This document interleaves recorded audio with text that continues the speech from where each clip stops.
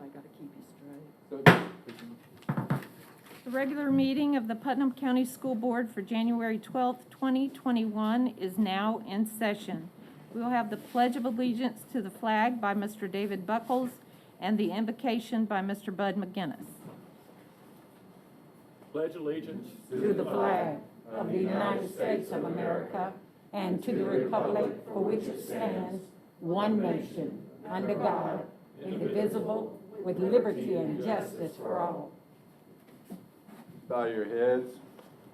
Loving Heavenly Father, we thank you for this day. We come to you this hour asking for your blessing and your direction as we are gathered together.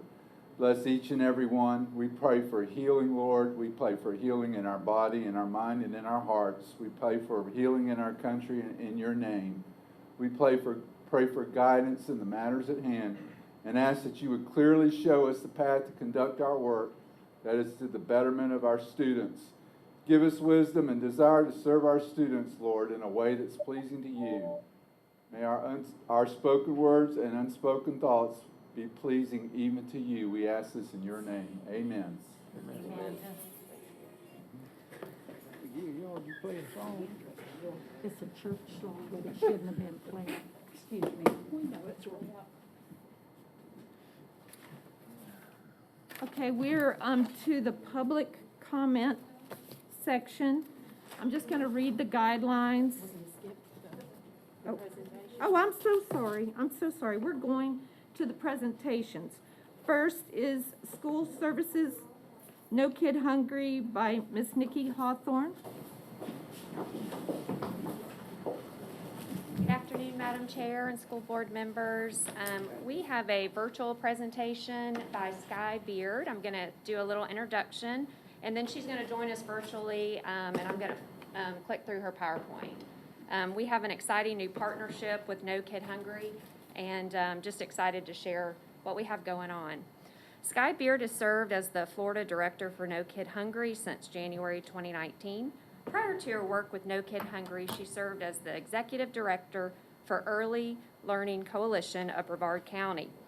Sky has extensive experience working with schools and community organizations focused on child and family programs in Florida. She is passionate about ensuring families have access to needed resources, state and federal advocacy. She is a native Floridian and resides on the East Coast in Brevard County. Sky, are you there? I'm here. You can hear me. We can hear you just fine. Thank you. Perfect. Thank you so much for the invitation. And so sorry I couldn't be with you in person. I know we all understand these crazy times. So just real quickly, being sensitive to the full afternoon and important items you all have to speak to today, just wanted to share with you a little bit about the work that No Kid Hungry is doing and how incredibly excited we are to partner with your school district and the fantastic work that your school nutrition team has continued to do during these really challenging times, making sure that your kiddos continue to have access to school meals. We can go on to the next one. So just a little bit about organizationally, No Kid Hungry is a program of or campaign of our organization called Share Our Strength. We do lots of great things at Share Our Strength, including No Kid Hungry. We have a program called Cooking Matters that particularly focuses on early childhood families and connecting them with nutritional resources in their communities. So sometimes the No Kid Hungry name is what we're known as. Sometimes it's Share Our Strength. We're actually one and the same. Go ahead next. So we are every day working hard to combat child hunger and particularly food insecurity that we've seen continuing to rise in our state and across the country. We do that through partnering with fantastic school districts such as yours. Pre-COVID, we can all remember such a time, we did have work that we were doing then as well. We were primarily working with school districts on school breakfast programs. I know you all have done some amazing things around breakfast in the classroom, which we fully support. We have some advocacy work that we do to support programs, summer meals, policy, research work. And as we'll talk about today, we are a funder for that great work happening across the state. Next.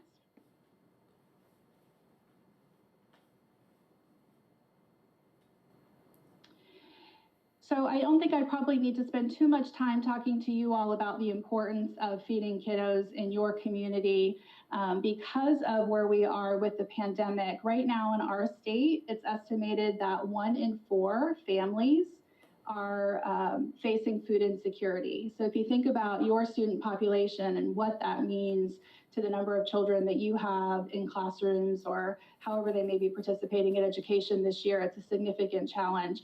And we know that teachers see it. When kids are in classrooms, teachers see kids showing up every day looking for access to meals because they really rely on those school meals as their primary source of nutrition. Next. And we know it's a multifaceted issue. In addition to the educational components, we see a lot of kids show up in school clinics for headaches and stomach aches and things when really the underlying issue is that they have not had a meal since school lunch the day before. So we know it impacts education, health, and of course, economics. And some of you might be familiar with this, but I think it's really important to understand, and I know those of you in the education space get this particularly well, that we know that hungry kids really just can't learn, right? Think about yourselves, maybe at this time of day when you're feeling that you could use a little nutrition. It's really challenging to focus on the things that you need to pay attention to, particularly if you're in school in an educational setting when your stomach is telling you that its needs aren't met. So we surely need to address those basic needs before we move on to anything else. Next. So the good news is, I know that sounds all doom and gloom and we don't need any more of that these days, but your district already has a tremendous amount of resources to address hunger in your community, and your school nutrition programs have been doing just that. Our role at No Kid Hungry is really to better connect kids to those programs that are already there. Go ahead. And what does that look like since the pandemic? This picture is some of our friends up in the Panhandle during the time of school closures when, as you all probably know, even though the buildings might have been closed in March for a little bit, your school nutrition programs continued to show up and pack meals and feed kids in ways that we never anticipated we would be feeding kids. Drive-through car loops, giving families multiple days of meals at one time, different times of day, weekends, partnering with community organizations. It was amazing work that nobody anticipated would have to have been done. So kudos to your team, to all the school nutrition teams across the state for just tremendous, tremendous work during these really challenging times. So when we talk about innovation, this is such an exciting slide. When we talk about innovation, one of the things that we think about is how do you get kids, how do you get families to really get excited about school meals? How do we really connect kids better to the nutrition that they need? How do we support your school nutrition programs financially? Those are reimbursed meals. And this is really where the innovative partnership comes in. We have been fortunate enough to be able to provide a tremendous amount of grants across our state, around about $7 million since March, to support school districts, to support food banks, churches, people who are feeding families during these days. And your fantastic district came to us with a proposal to do something definitely innovative, definitely creative, and we were all in. So this is an example of as you can see, a vehicle and a smoker pulled upon grill there that we have funded for your district. And this is going to be rotated through your schools on a schedule identified by your team there as a way to increase meal quality, as a way to provide healthy, nutrient-rich, compliant meals in a really, really exciting way. Your fantastic food nutrition director has seen this model very successfully done with some of her previous colleagues in South Carolina and is bringing it right there to your county. Wow. Next slide. So this is what we're funding. Go ahead. We are purchasing the truck and the smoker. We are also purchasing for you all some insulated coolers and equipment to expand to breakfast in the classroom in some additional schools, because we firmly believe in that continued model as well. Go ahead.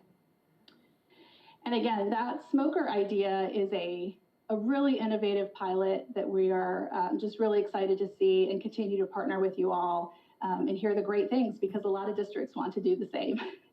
So in our few minutes left, we have a very short video that we're going to show that again just raises up and highlights the fantastic work, the challenges faced by food nutrition programs. So appreciate the partnership. Wish you all the best.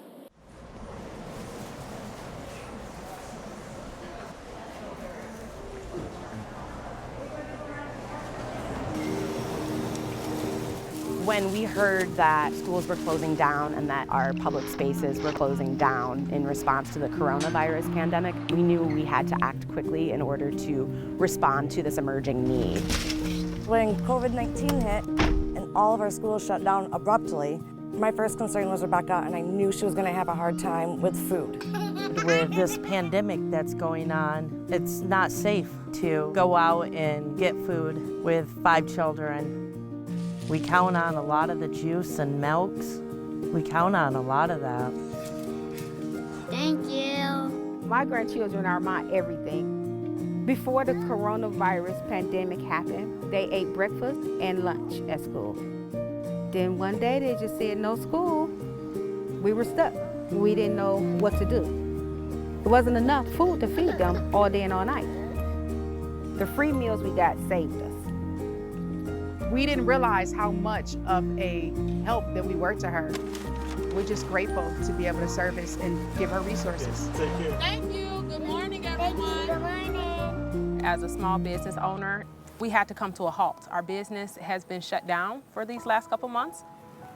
The free meals have been a tremendous help because they offer a huge variety of fresh food, fresh vegetables, so I don't have that stress anymore of worrying about if she's getting a balanced diet. El programa está muy bueno para los muchachos que están en casa, para ayudarles a sentirse como que están en la escuela con la comida que les dan.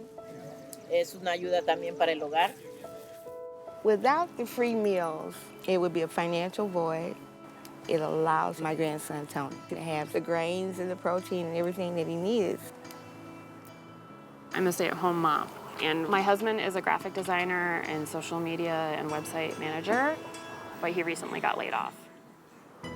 The free food program has been really helpful because we get to eat fresh, healthy food every day. The food service workers who are doing the free food boxes are exemplifying that generosity that I want to see in the rest of the world when this pandemic is over. So thank you. Thank you. Thank you. Thank you for the food. I love it. Thank you. Thank you for your time. Thank you for your effort. Thank you for the food. Thank you. Thank you. Thank you. Thank you. Thank you. Thank you. Thank you. Without this type of help, we would not have been able to come through the things that we've come through in the last month. Thank you. Thank you. And thank you, everyone, for being kind. And for the apples. Make sure you got apples in. Okay, next we have Melrose Elementary's receiving a PBIS Model School Gold status by Michael Stevens. My name is Michael Stevens with Student Services at the Putnam County School District, and I'm pleased, come on, don't be shy now. I'm pleased to announce the Florida PBIS is honoring Melrose Elementary School and its leadership, Leah Lundy, and Terry O'Quinn, who's not here, and Sarah Wiley, for achieving the marks in the following areas: tiered positive behavior and intervention support and implementation with fidelity, benchmark of quality with a 98% score out of 100, Wow. quality insurance walkthroughs with a 98% score out of 100, and here's one: 3-year percentage change in discipline referral rates, down 75%. Wow.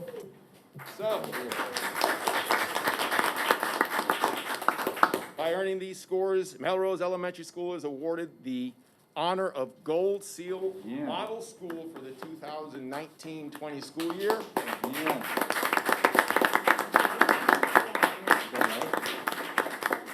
Imagine what they can do with a new facility, right? There you go. What is PBIS? Positive Behavior and Intervention Supports, ma'am. So it's a behavioral program that looks at discipline rates and implementation of positive behaviors and reinforcing positive behaviors. And they got the highest standard of Gold Seal. Yeah. Awesome. Awesome. Congratulations.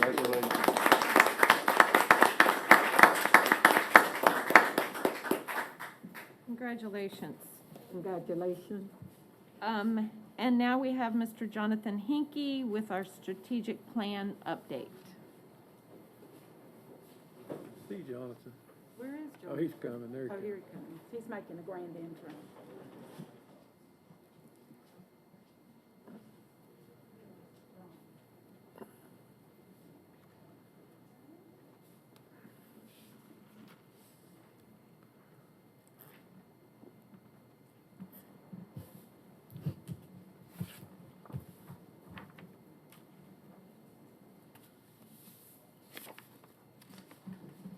Good afternoon. Good afternoon. I'm happy to bring you a strategic planning update as promised each month. And because there's only one board meeting in January, I am here today. You have the presentation in front of you. I just want to remind all of us we began this process in November of 2020, and we are currently working on our plan that will guide the actions and growth of the district through the 2026 school year.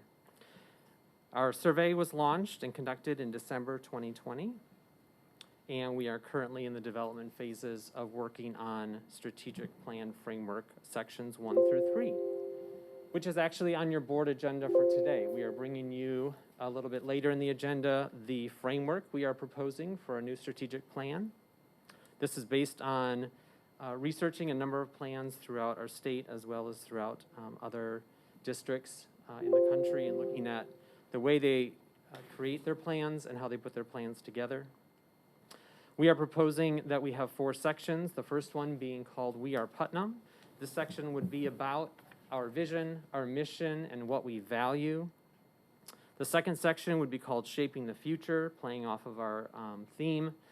This section would include a commitment to our students, as well as the PCSD portrait of a graduate. That is something actually that started about a year ago.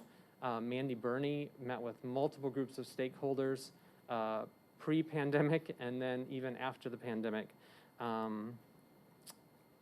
Just a few months ago, she worked with a few stakeholders that we had not gotten to. And so we are currently working on that draft of putting together that portrait of a graduate. Section 3 would be called our course of action. This would include our areas of focus, which would have rationale, strategies, actions, and impacts. And then the 4th section would be impacting, measuring success based on the impacts. And that would be recorded as a district scorecard. So that is on your board agenda as a proposed framework later on in today's meeting.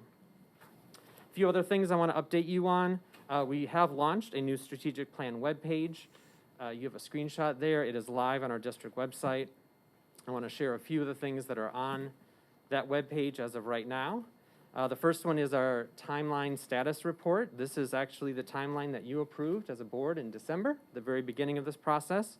We have a way of tracking the progress we are making on that timeline in an easy-to-read, color-coded fashion for anyone in the public to view.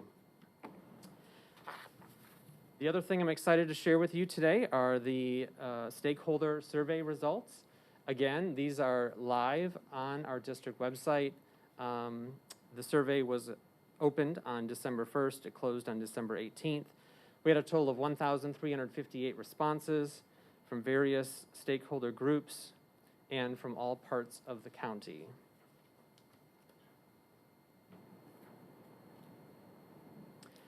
Like I said before, this survey data is public and it is also interactive, and I want to just share with you a few screenshots of what this data looks like. Overall, 60% of survey respondents were satisfied or very satisfied with Putnam County School District. And the next couple of screenshots are just a few of the highlights. But again, the way this looks is you can, as a member of the public, you can filter this data by stakeholder participant, by whether or not you graduated from Putnam County Schools, whether or not you've lived in the county a certain number of years, as well as you can filter by zip code based on the respondents and the zip code of their residence or business.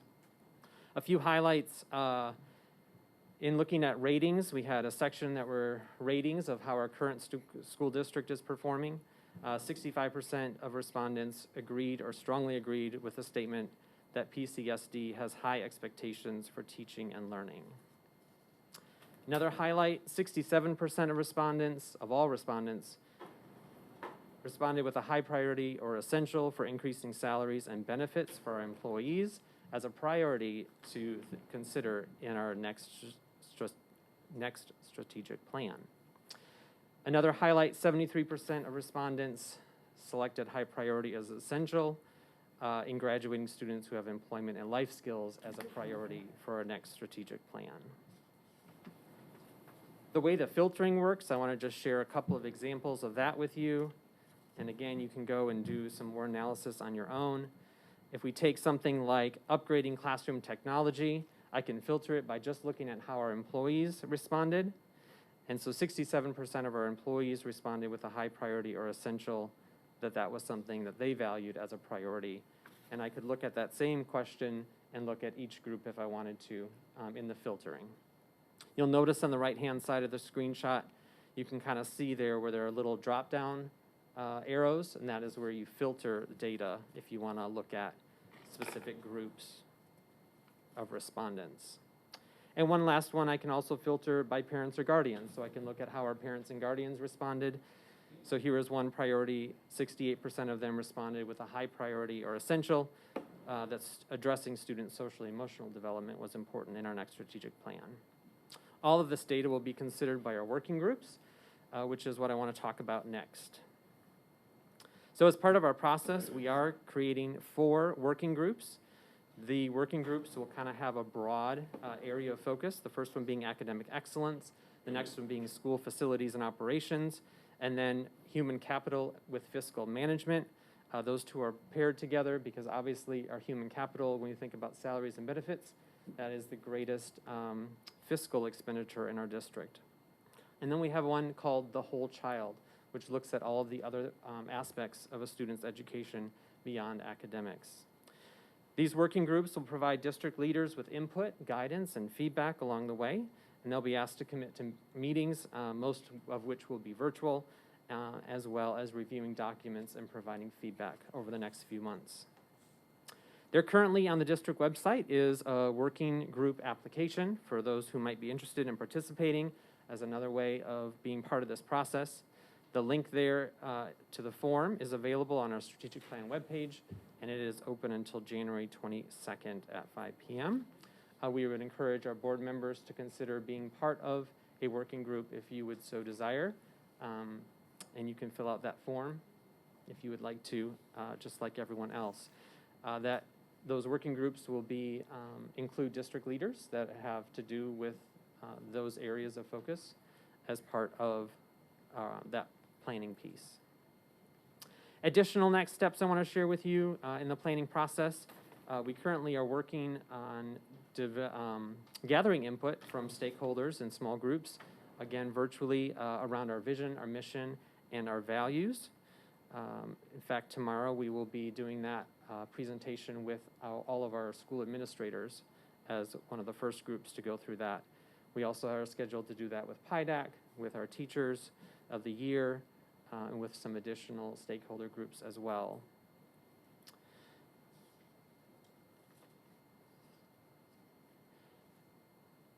Additional steps beyond that include just scheduling the working group meetings and then continuing to develop draft documents. So I want to thank you for your time. That is an update. If you have any questions for me, we are going to put this board presentation along with all kinds of other documents, continue to add that to our district website. Do you have any questions for me? Thank you, John. Oh, thank you. Thank you so much. Thank you. Thank you, John.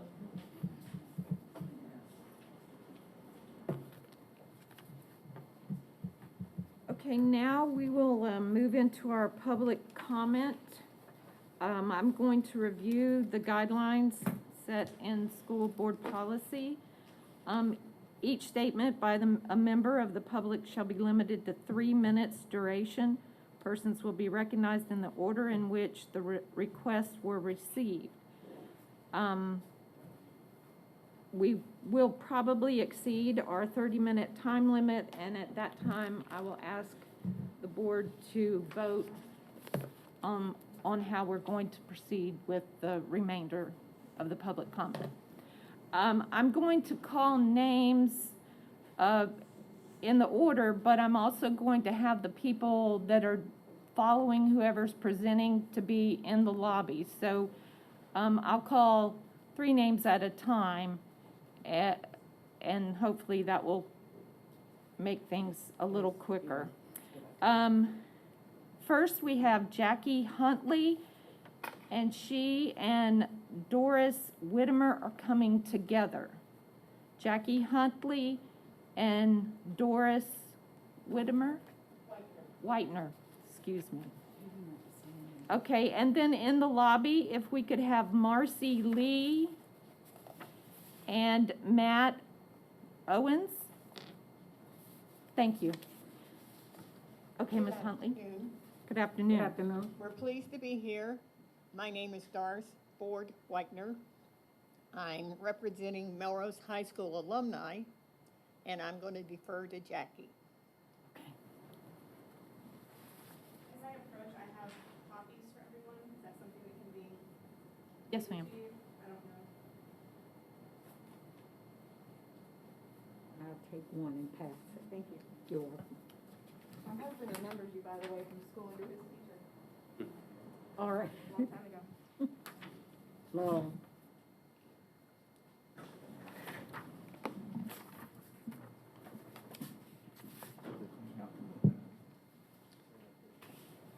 Okay. All right. Good afternoon. My name is Jackie Huntley. I live in Keystone Heights, Florida. My family is zoned for Clay County, but we have chosen for our children to attend Melrose Elementary since 2011 through what would have been the 2024 school year. Collectively, my kids have been safety patrols, Kiwanis Terrific Kids, spelling bee winners, and 6th grade honors class students. Melrose has a legacy of success that should not be tampered with. I want to show you that the current consolidation plan for Melrose and Aquilla demands closer attention before you vote to approve the proposal. But first, you must understand a few points. Number 1, our heritage is our heartbeat. There is a wealth of enrichment opportunities within walking distance from our school. Mossman Hall, Heritage Park, the Melrose Art Gallery, the Baldwin House, the Public Library, and even the fire department. These anchors in the community serve as extensions of our classrooms. Our students enjoy walking field trips to these places.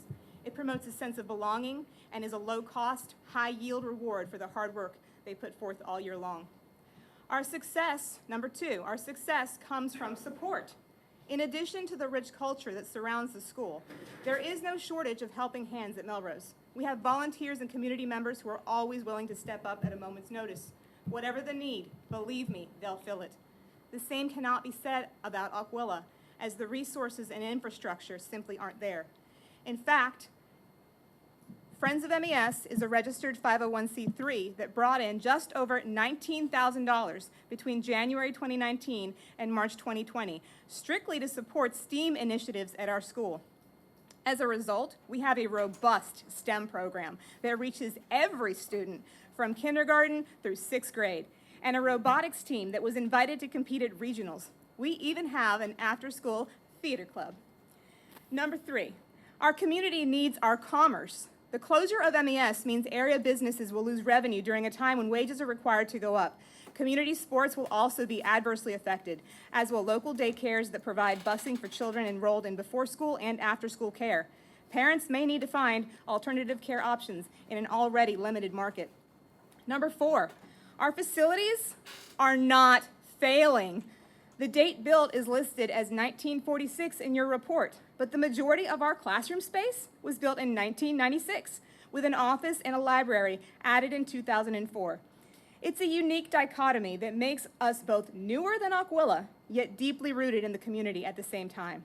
But by no means is our school ancient or a money pit. as it was depicted during the workshop presentation.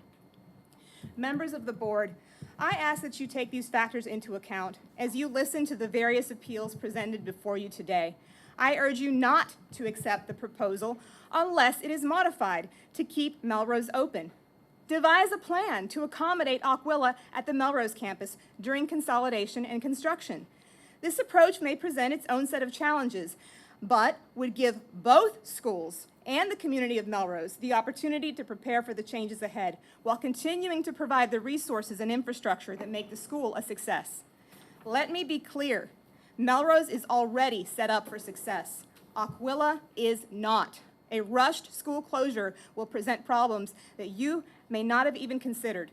Emotional and behavioral challenges, lowered academic achievement, reduced enrollment, and much more. Nearly 60 parents, many with more than one child, have already expressed the likelihood of withdrawing their children if the Melrose campus is closed. Another 30 are unsure of their plans at this time, and the number of future enrollments is already in decline as a result of this proposal. Dr. Serency stated, where the students go, the teachers will follow. If that's true, you may have an even bigger problem on your hands. In closing, I hope you have begun to understand the tremendous need for keeping Melrose Elementary School open, a school that is well maintained, ranks high in academic achievement, with a legacy that attracts enrollment, a location that provides enrichment, and a community that is the cornerstone of its success. Please, keep Melrose open. Thank you. Thank you, Ms. Huntley. We have a video that has been submitted by Kia. She is a former student of Melrose Elementary. She went kindergarten through 5th grade. She's now 25, lives in Nashville, and she has put this together with the help of community members that have.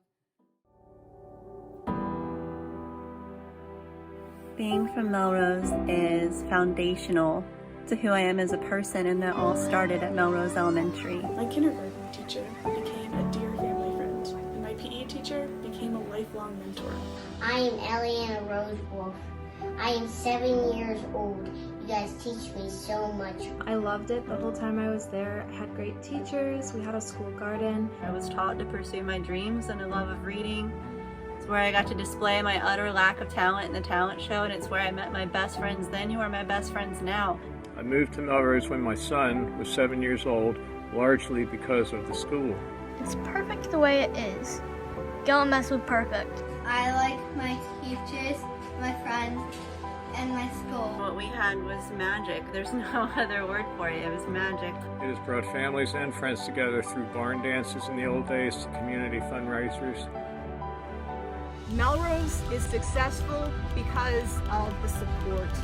The success of the school is because of the community, and the success of the community is because of the school.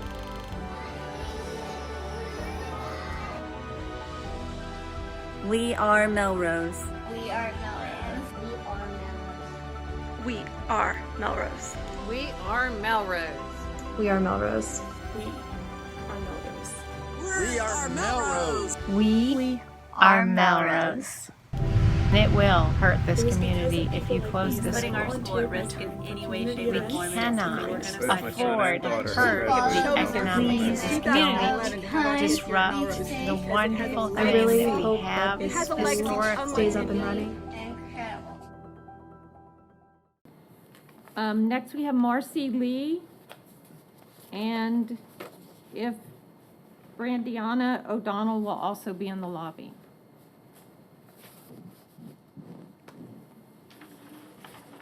And I'm sorry, but if you could state your name and your address. Good afternoon. My name is Marcy Lee, P.O. Box 1423, Melrose, Florida 32666.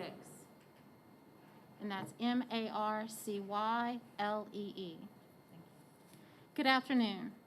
I would like to talk to you today about resilience and tenacity. Superintendent Serency stated on Friday that kids are resilient. Yes, kids are resilient, but how much resilience should we expect them to have? Our children were upheaved in 2020 due to COVID. It is morally wrong to expect them to endure more upheaval in 2021 in the county's bid to garner funding that may take years to receive and that is not guaranteed. a precarious plan that would rip them away from the security of their school in a time when the world around them is in chaos, a time when they are already emotionally exhausted and scared. Now is the time when children need the comfort of familiar faces and spaces, a place where they feel safe from all of the turmoil in the world. That place is Melrose Elementary School. They say it takes a village to raise a child. Our village is Melrose, and the hub of that village since 1882 has been its school. The original school lives on in the wood that was used to build the gymnasium in 1928. That gym, which went on to survive a fire in 1945 and still stands to this day, represents the resilience and tenacity of our town. It represents the enduring history of Melrose and the legacy of generations of residents that have walked through its doors. Our school and its students are too precious to be used as pawns in the county's fight for funding. Leave Melrose Elementary intact until the money is in the county's coffers. The loss of the school would be devastating to Melrose. Kids at Melrose Elementary can walk to MYSA ball practice, or to Nomads Martial Arts, or to Boy Scouts. If moved to Aquilla, the students would not have the same easy access to extracurricular activities. Children whose parents work may no longer be able to participate. Businesses and organizations that rely on Melrose Elementary students may not be as resilient as the superintendent expects our students to be. Melrose and its students deserve more than the dried-up wasteland that has become Waldo since its school closed. There is a time for everything under heaven. Now is the time for Melrose residents to be resilient and tenacious, but it is definitely not the time to close Melrose Elementary School, even temporarily. Thank you. Thank you.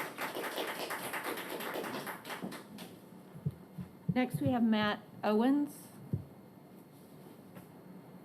And could we also have Jessica Hankins in the lobby, please?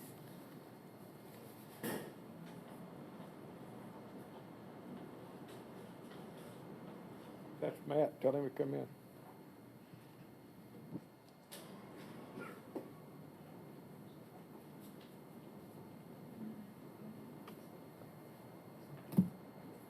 Mr. Owens, if you'd just state your name and address for the record. It's actually Collins. Collins, excuse me. Sure, it's M-A-T-T-H-E-W, Matthew Collins, C-O-L-L-I-N-S. My address is 575 State Road 26, Melrose, Florida, 32666.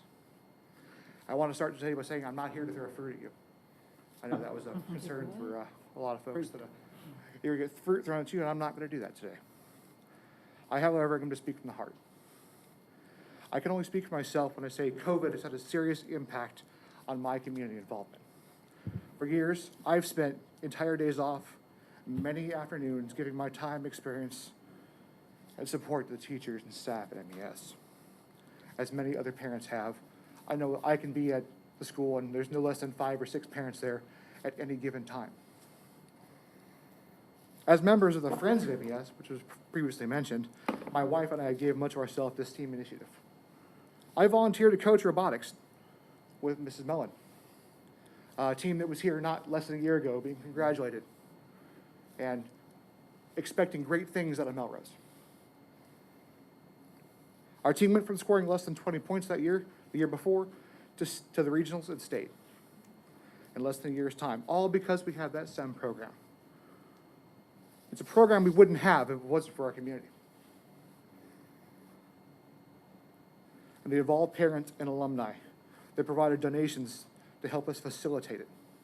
I am deeply gracious to every single one of those parents who gave me the time with their students, every one of those parents who came to and from competitions and gave of their time to help us succeed. My wife, Heather, whose degree is in elementary music education, something you don't see very often anymore, dove headfirst into the theater and music side of things. She rallied in the community to get an after-school theater program assembled, and she planned to volunteer to start teaching music, volunteered to start teaching music in the spring. Their first show, the Vaudeville Revue, was a great success. The kids, the parents, the faculty worked tirelessly to showcase their hard work. It was a fun night. The kids performed their hearts out. If you didn't see it, you missed a great show. Sadly, the second half of the year, it became impossible to continue advancing these pursuits. MES is the heart of this community. It's more than just another elementary school. For many, it's a generational legacy. Many parents, grandparents, great-grandparents all called Melrose home. It's a time they never forgot. Why? Because of the community and the involvement from the community. As I see more and more of these stories coming forward, none of them touched my heart more than a story I read that a woman was told a story about Melrose being the only school to accept her and the only school she felt welcomed by post-segregation. The inclusiveness is our history, our legacy as the citizens of Melrose, a place where anyone can be welcome and accepted, a place where little live bands play on the corner, and there's a Chiappini's at Friday nights, and a place where a Friar's chicken smells, you smell it wherever you go in the city. We've been asked to bring our culture elsewhere. The problem is that's not portable without community. This is old-time, small-town USA, a place where the school, the children, and the future are the heart. Thank you, Mr. Collins.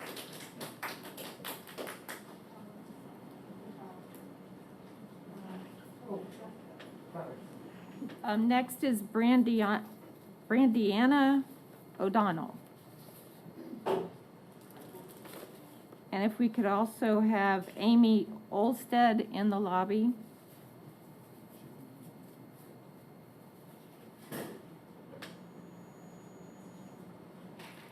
It's Brandiana, but you can call me Brandy. Good afternoon, everybody. I don't have anything formal prepared. I just wanted to speak from my heart on behalf of the parents and the students of especially the ESE program that we have at Melrose Elementary.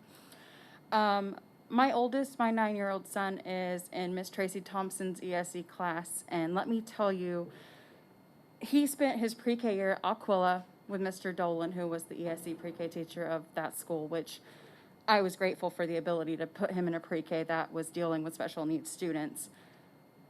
But him being moved from Aquila to Melrose has put him from survival to thriving in an educational setting.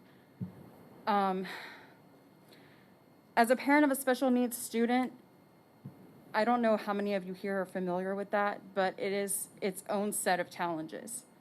These kids have a harder time with transition and change and struggle, and on top of everything that they've been going through just with COVID, just with having their whole normality, their whole sense of normal completely taken from them, to finally getting back in the step of things, and for this to come about, I feel will be a detrimental, damaging impact to their education and to their lives as a whole. I don't know how intimately familiar anybody here is with Section 504 of the Americans with Disabilities Act, but I want to know that this plan, this proposal, has set aside provisions to accommodate the needs of these students who are at a disadvantage educationally. Melrose is the first school that I have been to, that I have spoken with people to, that have taken into account and really held in their hearts the want and the need to help these students succeed. It was about 3 years ago when my oldest was having issues because he was moved from the ESEK program into a mainstream first grade classroom. And I was getting calls every other day at work to come pick him up because he was having issues. And I spoke to our amazing principal, Ms. Lundy, about this and my concerns with this. And that following semester, they brought in the most amazing godsend of a woman for these special needs students. And Caleb has been thriving ever since. He and his younger brother, a first grade student there, have both been awarded the Kiwanis Terrific Kids Club Award. They are both doing amazing in their studies. And Melrose is really what has kept them together. So I really just want to urge all of you to take into consideration that our children's success down the road relies on the things that they're being taught now and the community that they're in now, because that is what is giving them the stepping stones to get to where they need to be. Let me ask her a quick question, if I can. Okay. So your child is a special needs student at Melrose Yes, Elementary, sir. and you're very happy with the special needs program at Melrose I Elementary? am thrilled with it, sir. Okay, I just wanted to make sure, because we have a lot of people that have children attending our handicapped school in Palatka, and they're really afraid about schools, children being in the schools, and that's another bridge we'll have to cross at another meeting, but I just wanted to thank you for Yes, sir. bringing that up. Yes, sir. Thank you for your time. Yes, ma'am. Thank you. Jessica Hankins? And if we could also have Ryan Getz in the lobby, please. Still hot. It's cold. Could you state your name and My name address, is please? Jessica Hankins, and I live at 720 State Road 26 in Melrose, Florida. Thank you. I've created a small little, it's not as long as Jackie's, but that was beautiful. It's really hard to come behind that. My name is Jessica Hankins. I lived in Melrose for over 9 years. I am a mother of 3, and 2 of my children have already been a student at Melrose. My youngest still is currently attending. It saddens me to say that he will miss out on all the benefits the school has provided to my other 2 children. Melrose Elementary has some of the best teachers and staff around, being an AB school for many years. Closing this school will affect more than just the staff and students, but the community as well. The school provides walking field trips to the library and other places locally. Melrose Youth Sports Association will also be affected. They provide many after-school sports to better children in the most efficient way. Closing the school will remove that experience for so many children. Moving the school further away will also increase fuel costs by a large margin, busing students even further from their current school. You mentioned right-sizing the school, but the school has been the perfect size, providing students with the best atmosphere for learning without overcrowding. Not to mention the teachers and the staff that may lose their jobs over this. Our children have already been through so much this last year with COVID, but to expect children to be resilient over this is reaching. Please don't close our perfect historic elementary school. It's a staple in our small community town. Thank you. Thank you. Ryan Hankins?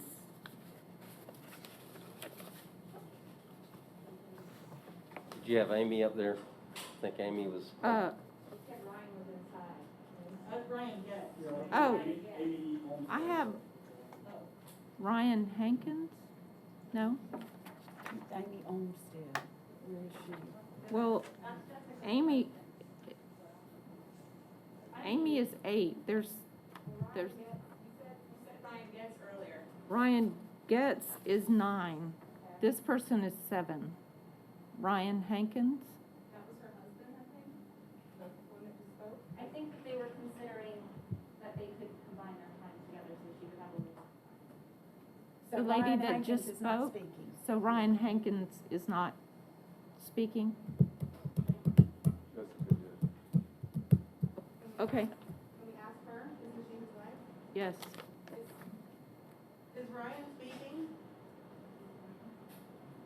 Ryan's here. Oh, he is out. Okay.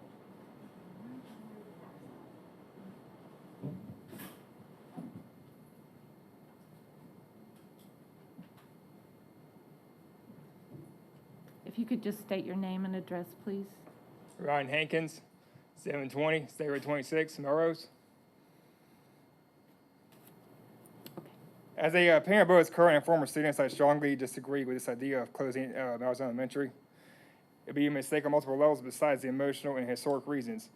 I'm going to address a few of those with you today. Can I take this down? Sure. I know you guys are mostly basing this on a financial standpoint, so I'm going to try to hit on some of those. The majority of the school is not as old as you guys say it is. As has already been said, it's built mostly in the 90s versus the 40s, as has been stated in the websites. It's a high-performing school with many special programs available. The low-performing ones is going to discredit the community move Melrose to Aquila. It doesn't make sense to move an AB school to a CD school. The less crowding and commotion allows for a more enriching learning experience and more one-on-one attention from the teachers. The the closing school stated to apply for a grant.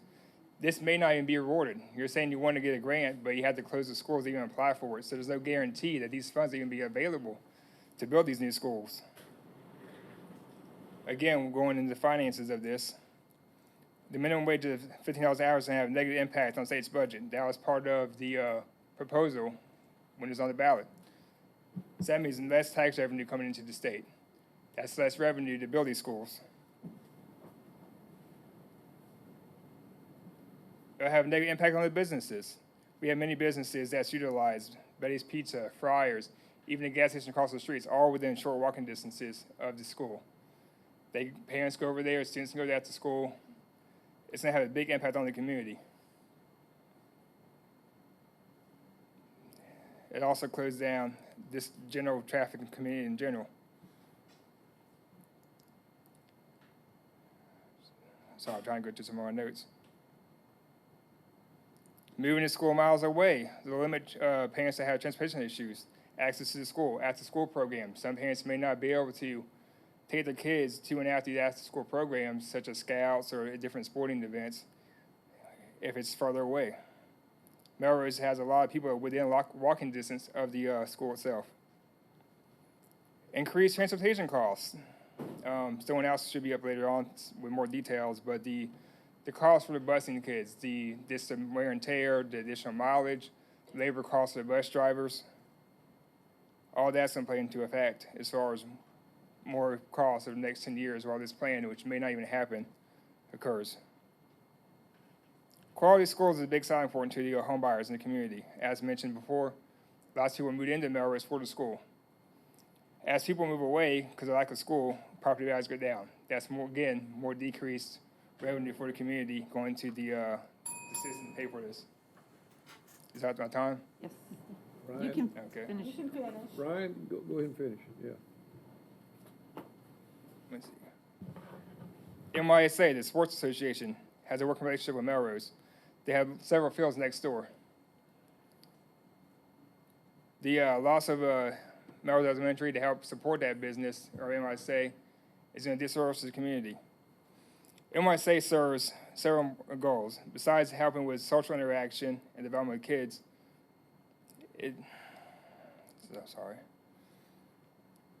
by losing MYSA, doing this to the kids. The lack of practice nights and game days will further reduce business traffic in the community. Again, going back to the economic factor of this school closure. The lack of after-school activities such as MRSA, Boy Scouts, Girl Scouts, is taking away stuff for kids to do. Idle kids get into trouble. That can eventually they're be in the criminal justice system, unfortunately. Why sit there and set them up for failure at a young age? It may be small things, but kids that get into trouble set it back their future. I have all this written out, a lot of nice as I'm saying it today. I'll send to you emails. Thank you. But thank you. Thank you, Ryan. Thank you.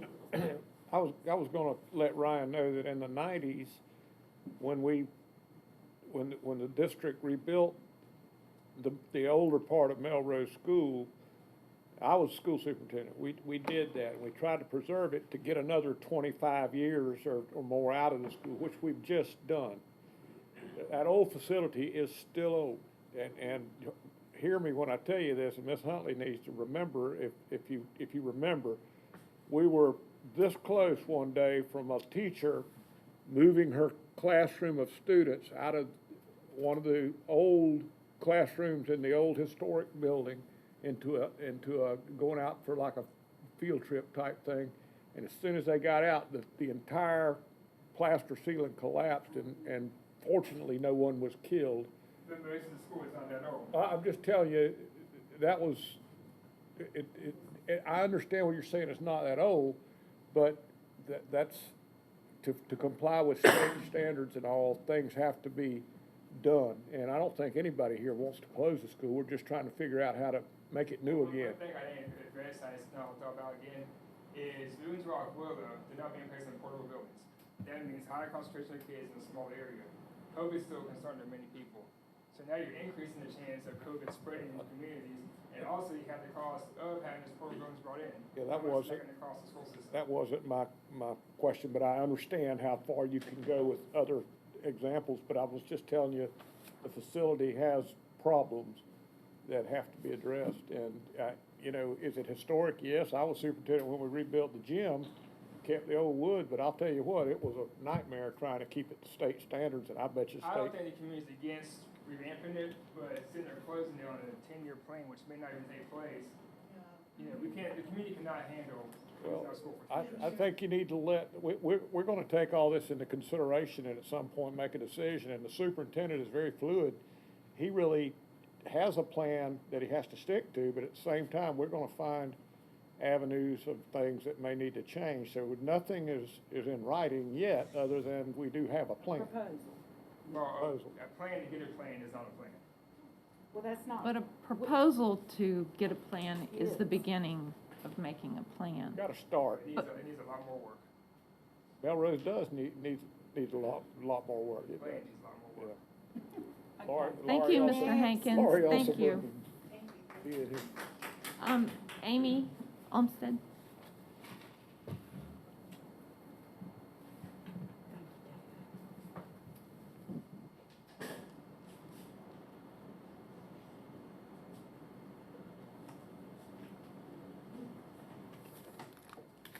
My name is Amy Olmsted.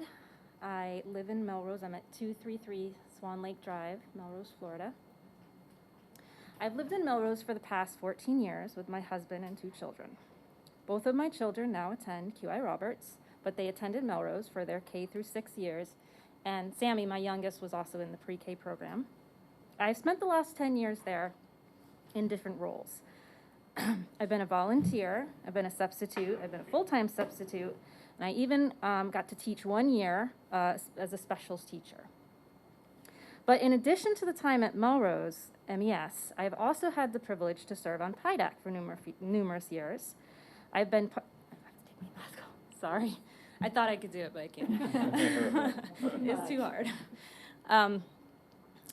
So I've also served on PIDAC. I've been on other task forces. I've been on other committees as part of the Putnam County School District. And I've also worked recently in the Farm to School Gardens at E.H. Miller. And I'm telling you all of this today because I want to make it clear to you that I not only consider myself part of the Melrose community, but I also consider myself part of the Putnam County School District community.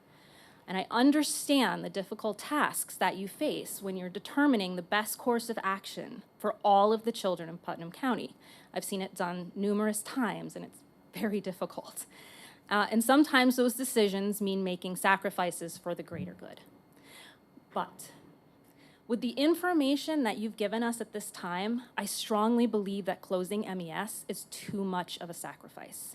In this case, the ends do not justify the means. So I'm here today to ask for 2 things. I'm asking you to consider tabling this plan, possibly for 1 year, possibly more. I know I can speak for my Melrose community when I say that we feel like we've had the rug pulled out from under us. The fact that we've had no input or say until now in the decision to close our school is making this concept impossible to fathom or get behind. If you table this plan for a year, it will give Melrose the opportunity to work alongside Putnam County School District and come up with an alternative solution that all will benefit from. The Melrose community has surprised me again and again over the years with the support that it offers to our schools and children and the solutions that it comes up with to fill the gaps in that are from the lack of state funding. In a worst-case scenario, if no solution can be found, then we would at least been part of this decision-making process, making the move and the healing process, because there will be a healing process, easier to deal with. Number 2 is we need more information. We need with more time, there will hopefully be answers to the many questions that are circulating. Why is Melrose the money pit? Who are these consultants? Are bigger schools really the best idea? Where is the data that shows this? Is right sizing really going to benefit every child in Putnam? Can Melrose handle this massive school that's being proposed? Is there another option that doesn't involve closing schools? What happens if the grant or the bond doesn't come through? What are the consequences to Putnam County School District if this plan doesn't happen? Please keep in mind that MES is part of two tribes. It is a school in Putnam County, but it is also part of the Melrose community. We need more information and time to understand why this seemingly drastic action is being presented as a solution to the district's deteriorating enrollment. Does the benefit to Putnam County School District truly outweigh this cost? And I'm including all costs when I say that because it's not just money. If MES is closed, there is no doubt that Melrose and its children are going to suffer with wounds that may not heal. Thank you for your time. Thank you.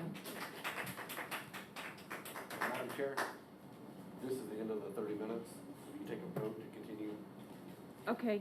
Can we What are we take looking a at? brief break? How many are we looking at? We have 7 more. 3 times 7, 21. I don't mind hearing them. but Okay. as Well, long we as could do the meeting and then finish the public comment, or we could continue and do the public comment all right now. I would recommend we turn up the temperature so it's not so cold. Yeah. And, I think the people waiting. and let the people come first and then we'll finish the meeting, but I would like to take a break. Okay, so we're in agreement to continue and take a Yes, ma'am. a- Yes, a ma'am. recess for just 5 minutes? Yeah.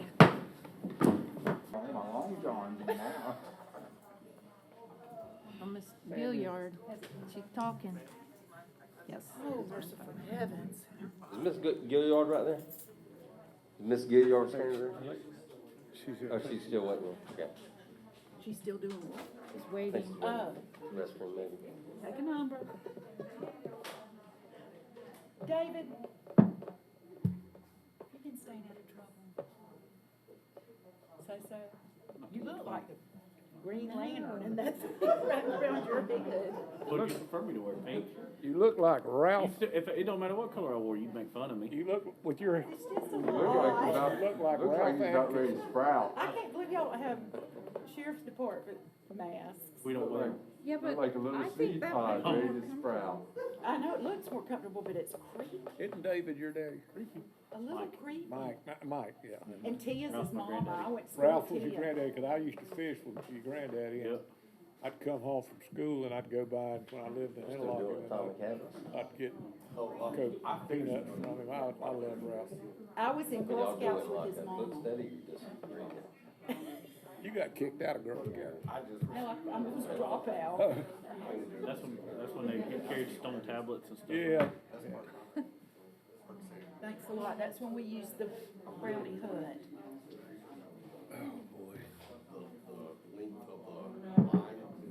Thank goodness for Mandy.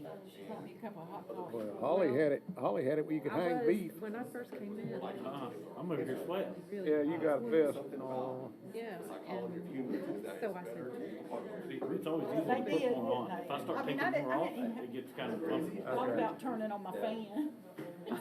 We actually did a chapter, we're doing it chapter by chapter in our leadership meeting. And this week we're North America and Africa more. oh, him kissing her belly. In his fireman outfit. Yeah. Oh, yeah, because you Yes. said Ian loved And he had those black boots with the Kinda little like red. shaking your environment. Yeah, like Miles had on. He wore them. Creating. I don't know how many pairs of shoes, but Ian loved firemen. He would wait Fish in when her the pocket. garbage men came and If you want did the to stop the tribute. bad habit. Thank you. And they, I think at first Anyway, they a lot of thought. good stuff that we. Well, I tell you, Ralph loved, he knew every lake in Interlochen where to catch a bass. And I went out there and I That's what Daddy said. Daddy You're said probably he- not old enough to remember him, but he was. I remember. He was. Now I wasn't old enough to Yeah, get and so fishing. after that. We've enjoyed it. Well, by that time, I was old enough, but Miles, by they've got that a time, big it was, plate glass he was window already in front of the house. not doing well. Yeah, and all the Hear the lakes were trucks coming got up. fished out by then. He had it, he had a paradise for bass Up to fishing. that He could mobile get them district, to some. glued to it the whole time they're picking up trash. That's just. I've heard of that. That's it on my side.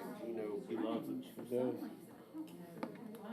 it's different, but. Well, they're just, it's so different to bass fish in those beautiful lakes when there weren't many people, you know. You could ride through the woods and come up on a beautiful lake. It was just amazing. So your granddaughter's steadily knocking deer down? Yeah. By that truck, yeah. That's Granddaddy's job Yeah, to but scout I them out remember, and put her where the deer is. I wasn't even married, so it was a good while ago. We went to New Jersey. We're going to Alabama Free tomorrow Venice night. in the, where the. Salem Road's getting good. Gino. Yeah. And I'm talking, I've shot so many deer, it's talking really not that 35 exciting, but I like to go. I do not like to get caught. Yeah, I'm not much on the call. Already ready for it to, warm up. Me too. Trooper Iridian, Trooper Iridian. Okay, we're back in session, Wait a minute, let me get Miss Gilliard's attention. She hears. and we will continue with our public comment with Mr. Ryan Getz, followed by Jamie Johnson and Brandy McKinney. Please state your name, please, and address. Ryan Getz, 6305 Hutchinson Avenue, Keystone Heights, 32656. I am less than a quarter mile across a cow field from being in Melrose in 32666. My children are zoned for Clay County schools, and since my son was in second grade, he's in seventh now, 5 years ago, we got the opportunity to come to Melrose Elementary School. I myself attended Melrose Community School before it came Melrose Elementary. I went to C.H. Price, graduated from Interlaken, whichever you prefer. But my wife and I have stayed in our community because that's our community, that's our town. I'm here more today as a voice of business owners in Melrose. I have a minority ownership in a restaurant in Melrose that I know thrives from the school. MYSA brings a lot of our business when we're kind of that slow. We look towards baseball season to keep us going. This year, past year, with COVID shutting things down, we were very fortunate to be able to stay open, but still faced hardships like anybody else. But we also helped other businesses in town. At any one point, if somebody asked a question, hey, can you help us do this? Absolutely, we'll come to help you because you would come to help us. That being said, we still live in a time of uncertainty where we don't know tomorrow what could happen. We don't know what could happen after inauguration. We don't know what could happen tomorrow. When I leave here in a few minutes to go take my kids to their thing, after school activity, Cub Scouts, which, you know, they're both involved in a different town, we don't know what could happen. So we say this is an investment, and I understand the need for better schools and buildings. But at the same time, investment risks fail all the time. I just asked that maybe we could come up with a different plan of how to do it instead of just shutting down the school years before it could be even thought about being built. I do know, like I said, as a minority business owner, my business plan is to take over Friar's Chicken in 6 to 7 years. And I want to keep that going because that's what I've been doing for 25 years. I started when I was 15. I'll be 40 this year. I'm ready to give back to my community that's given so much to me. And then about that time, minimum wage will be $15 an hour. So I'll be paying everybody, top dollar. So I can't really wait to see what kind of things happen, but I don't want to have to, from a business standpoint, think about one more thing that I have to worry about us turning into Waldo as a community. So that being said, I'll kind of cut it short. I'll piggyback off a lot of other people saying, that's our town. We love our community. Please just reconsider a different plan. Thank you for allowing me to speak. Thank you. Jeff Farrell, Sandra Davis. We were talking. Okay.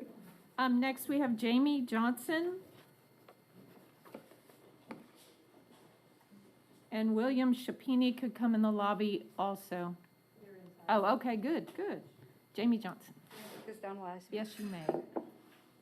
I'm a little nervous, so thank you for letting me speak today. My name is Jamie Johnson. I went to Melrose Elementary, C.H. Price, and graduated from Interlaken High School. My son is in second grade at Melrose. My husband and I are both small business owners, and we moved to our current residence specifically so our son could attend Melrose. I am completely not against progress or change. I do, however, respectfully request that the board at least table this vote until we can get more community input. This is a huge monumental decision that not only affects the school, but the community. And this is a very big decision for 6 people to make. I feel like we need much more community input.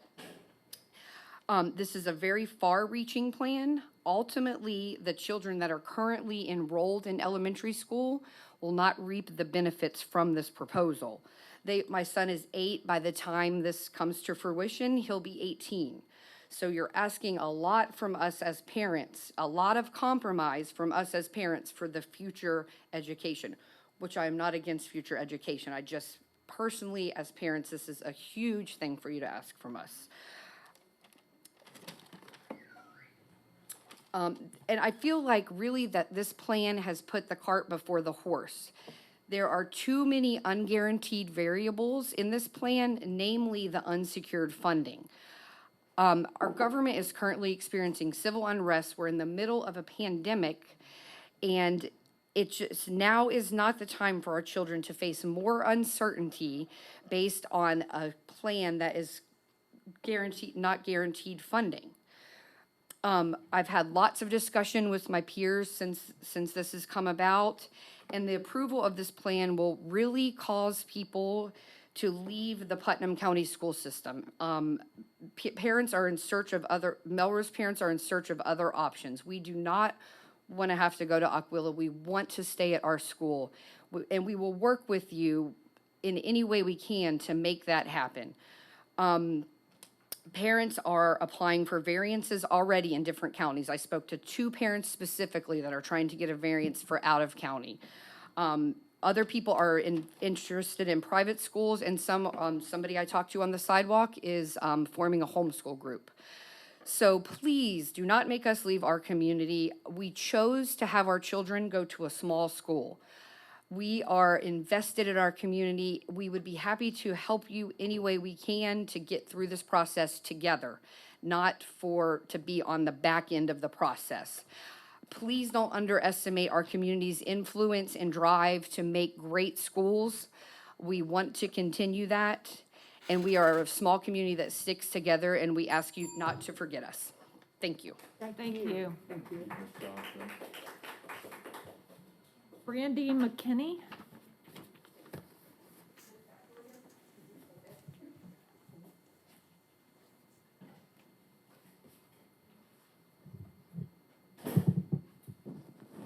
Madam Chair, how many people did you have total? 16. I'm double checking that. Hey, Hi, I want to thank all of you here today for listening to all of our input on this.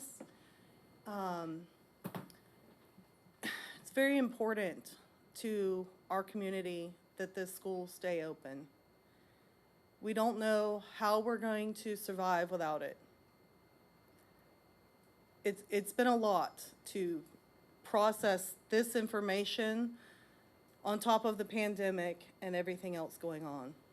It hit us at a bad time. I ask that all of you just continue to listen to us and work with us, and we would happily work with you and come up with an alternative plan than shutting Melrose down at the end of this year. It's just, it doesn't work for us. And I also want to let you know there's a new homeschool group that's coming up in Melrose, the Four Corners Community School, and they're currently in the process of looking for a building, and they added a couple new members today that I met, and they have probably about 20 children right now, and I have a feeling that more parents are going to be joining them, and probably unenrolling their students from Putnam County. Thank you for hearing us today. I appreciate it. Thank you. Thank you, Ms. Thank McKinney. you.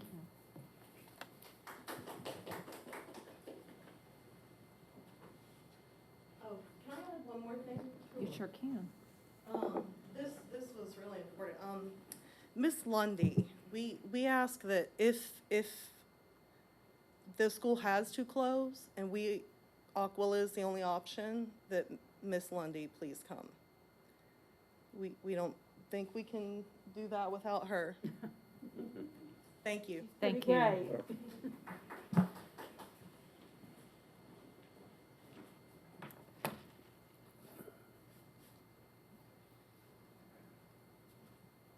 William Shapini.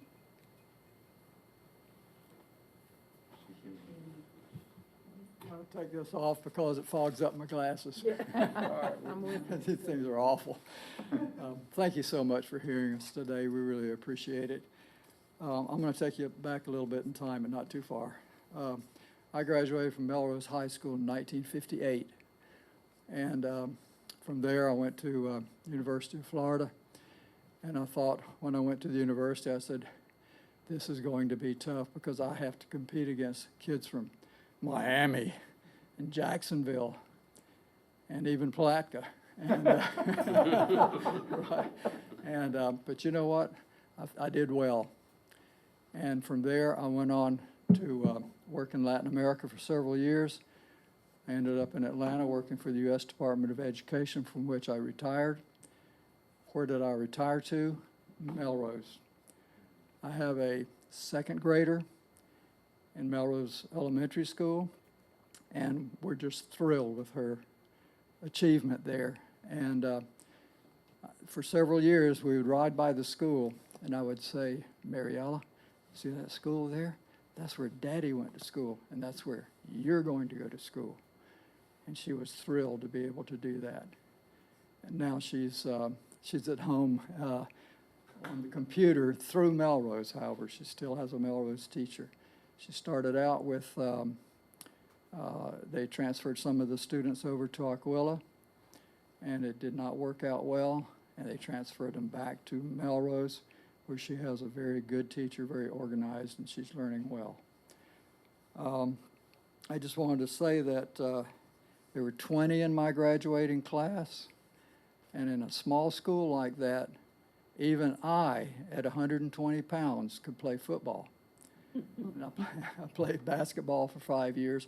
In other words, small schools like this can include everybody to do something that's worthwhile. And it's really very meaningful to have that. And I think studies show that. Studies show that small schools really develop better people. Right now, I see that in a way we've had two severe blows to the school in Melrose. One is 1968, when the high school was closed. That ripped a lot of activities out of Melrose that were so fundamental. The football games, the basketball games, all the activities, the proms and all of that were gone. And then now, the pandemic is in a way doing the same thing. And we're asking you, please, don't let this be the third blow to Melrose. I read the form when before coming in here, and it said, do you represent an organization? And, well, I don't represent an organization, but we are organized, and which is a good thing, because that way we can present to you the broad spectrum of concerns of the community, and you can work with us, and we can all work together, because really that's what our aim is here. I just wanted to say that in elementary schools, I really strongly believe we don't need necessarily state-of-the-art schools. We need teachers who teach well, who love their students, who give them hugs, and especially give them meaning in their lives. That's what we need. With the larger schools, many kids fall through the cracks, and then eventually they'll drop out of school too. I've seen it happen too many times. And we just want to say that if you really care about the kids, and I know you do, that's why you ran for these offices and that's why you're here, then you'll keep Melrose the way it is and work with us to come up with some other solutions. Thanks a lot. Thank you. Thank you. Thank you. Bill, who was your football coach? I don't even remember. Daddy was superintendent. Yeah, I know, yeah, all right, yeah, okay, thank you. Next, we have Desiree Akins.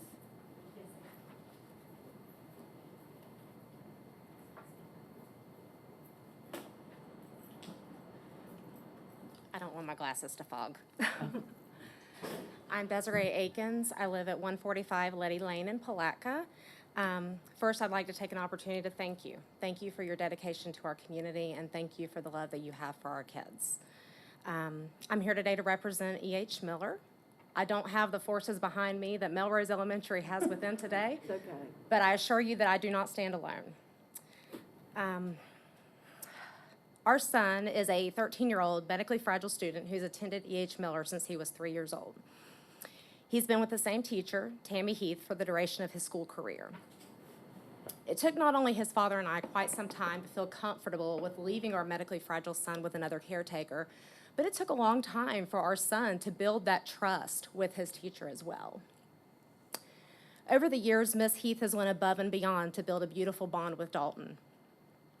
We lovingly refer to her as his school mom because that's exactly what she is.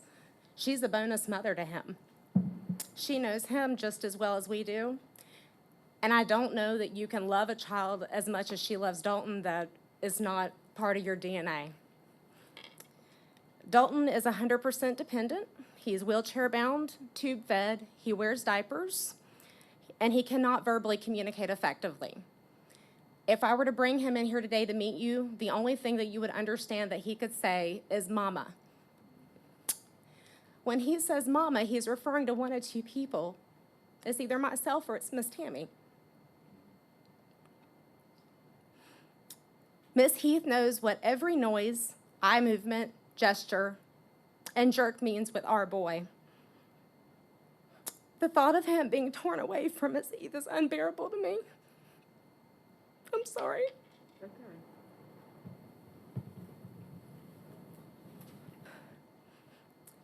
His classroom where he, thank you so much. His classroom where he interacts with his friends that are like him is so important. You see, we interact with Dalton all the time at home. We have 3 other children. They're not like him. They can't relate to him the exact same way that his friends in his class can. That's important. The joy that going to school with people who are like him, what it brings to him, I can't adequately describe that for you. It's a feeling. These children that attend E.H. Miller do not and cannot fit the mold of an average classroom or school. It's really just that simple. E.H. Miller, it's not about the brick and mortar, y'all. It's really not. If I'm being completely honest, I don't care about the nostalgia behind the school. I don't care where that school is located if I'm really being extra honest. I care about the environment that our precious Dalton and the rest of the children that attend that school, the environment that they're in. I care that they have all of the exact same resources and then some, even if that means building a new school. Let me put that out there. I'm sorry, I know my time is up, but I'm not done. If it means building a new school and that they're going to get better facilities, I'll be the first one to sign up for that. But I need to know, my mama's heart needs to know that my baby is going to be cared for and that he is going to have all of the resources and then some wherever he goes. I need to know that he's going to be with his friends. I need to know that he's not going to be pushed in his wheelchair down a hallway and mocked by a student who doesn't understand. I need to know that he's safe, emotionally and physically safe. No one can convince us that separating his class family is going to be in their best interest. As the mother of a special needs child, my worries are constant.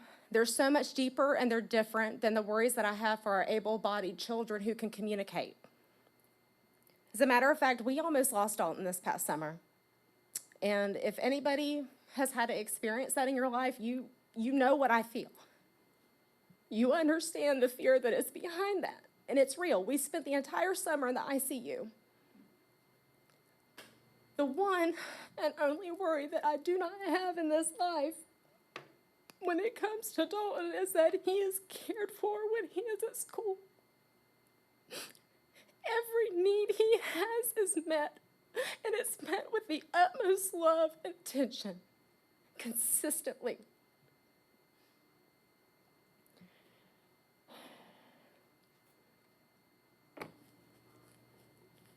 E.H. Miller is equipped to handle the unique needs of these students, the medically fragile students specifically.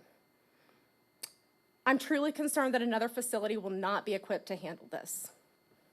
Not even just adding a bathroom or adding wheelchair accessibility and things like that, the distance to and from a hospital. Can an ambulance get into this facility quickly if an emergency happens to happen during pickup or drop-off time? I have a child that attends CELO, and I'll tell you that if we had Dalton at that school and there were an emergency during pickup or drop-off, they're not getting in there. If those parents are lined up, that ambulance is not getting into that facility. What does that mean for my child?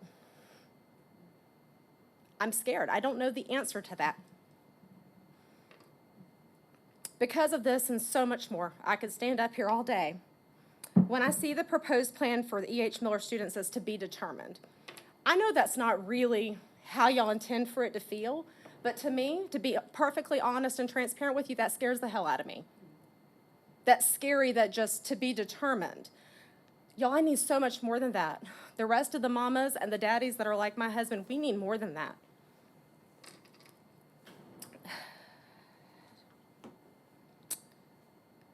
Please consider the thought of scheduling a meeting at E.H. Miller to tour the facility if you haven't already done so. I don't want to make that assumption. If you're able to, please specifically visit Tammy Heath's class. See these medically fragile students. See exactly what I'm talking about here. Give us an opportunity maybe to have other parents who either can't, won't, don't, I don't know what the reason I don't have more support here today is. Give them an opportunity to speak and let you hear what some of their concerns are. Many are the same as me, but there's a lot that are different. These children do not fit into a one-size-fits-all category. They just don't. I ask you, actually I beg you, above all else, regardless of where the brick and mortar winds up being, please, please do not separate this classroom family. Thank you so much for your consideration and your time. I truly appreciate you and the work that you're doing with this. Ms. Akins, I've asked Ms. France to speak to you privately, just to give you some additional information. So you want to step back or out here? Thank you, Dr. Cerncy. I appreciate that. Thank you. Thank you. Thank you. You know, we do, those of us who have been in education a long time, we do know what to be determined, what we're thinking, but it would frighten many parents. I mean, no wonder they're scared. I get it.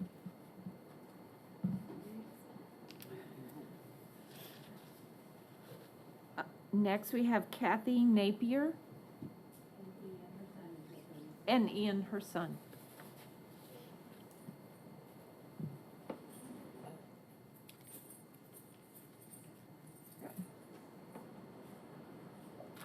I'm pulling this down because otherwise I'll fog. Okay. Bad enough as it is. My name is Kathy Napier. This is my son, Ian Napier. We both live at 115 Cinnamon Drive in Interlochen. I think that's, do I do it? Yeah, I think, yeah, I did that one. Okay. My son's adopted. I want to let you all know that. Not that that matters much, but he has a disability that I denied a long time. And as a mom, that's pretty bad. So I just want you to know, because I denied it and I wronged my son, because he should have been going to E.H. Miller a long time ago. I wrote something, so I'm going to try to stay focused. It was a shame to hear that the superintendent of schooling is closing down 5 schools this year. But my biggest disappointment was to hear that the only true special needs school is a part of this. E.H. Miller's had bad reviews, and y'all know this because y'all are probably from here. I'm not. I'm from South Florida, but that school's had bad people. People talk bad about it. And I was one that listened to people say these bad things because I feared it. And it was the people of Putnam County and schools, even the schools my son went to, that did that. But they were all wrong because this is a good school. E.H. Miller's the only school that has accepted my son. It's the only place where the word being different, or you are quirky, strange, weird, it's the only place that it's a normal place to say it. Because they're all quirky, but we all know y'all are quirky too, but you just don't admit it. You know? These kids are welcome there, no matter what. They're welcomed. I have to give, first and foremost, the staff from 2019 on. These people, Miss Taylor, Mr. Thompson, their staff, they're amazing. They truly are angels of God himself. I believe in my heart because they treat those children like they're their own. And that's hard. Because Lord knows, he ain't all that great. He drives everybody crazy, okay? But these children are loved. These children are loved there. They're accepted there. But they're not bullied. My son went to the regular schools. You can pull up his list because he's got a file about that big. He went to Interlochen Elementary. He went to Mosley. He went to Kelly Smith. And my son was bullied by teachers. My son was dragged from a desk because he was having a meltdown.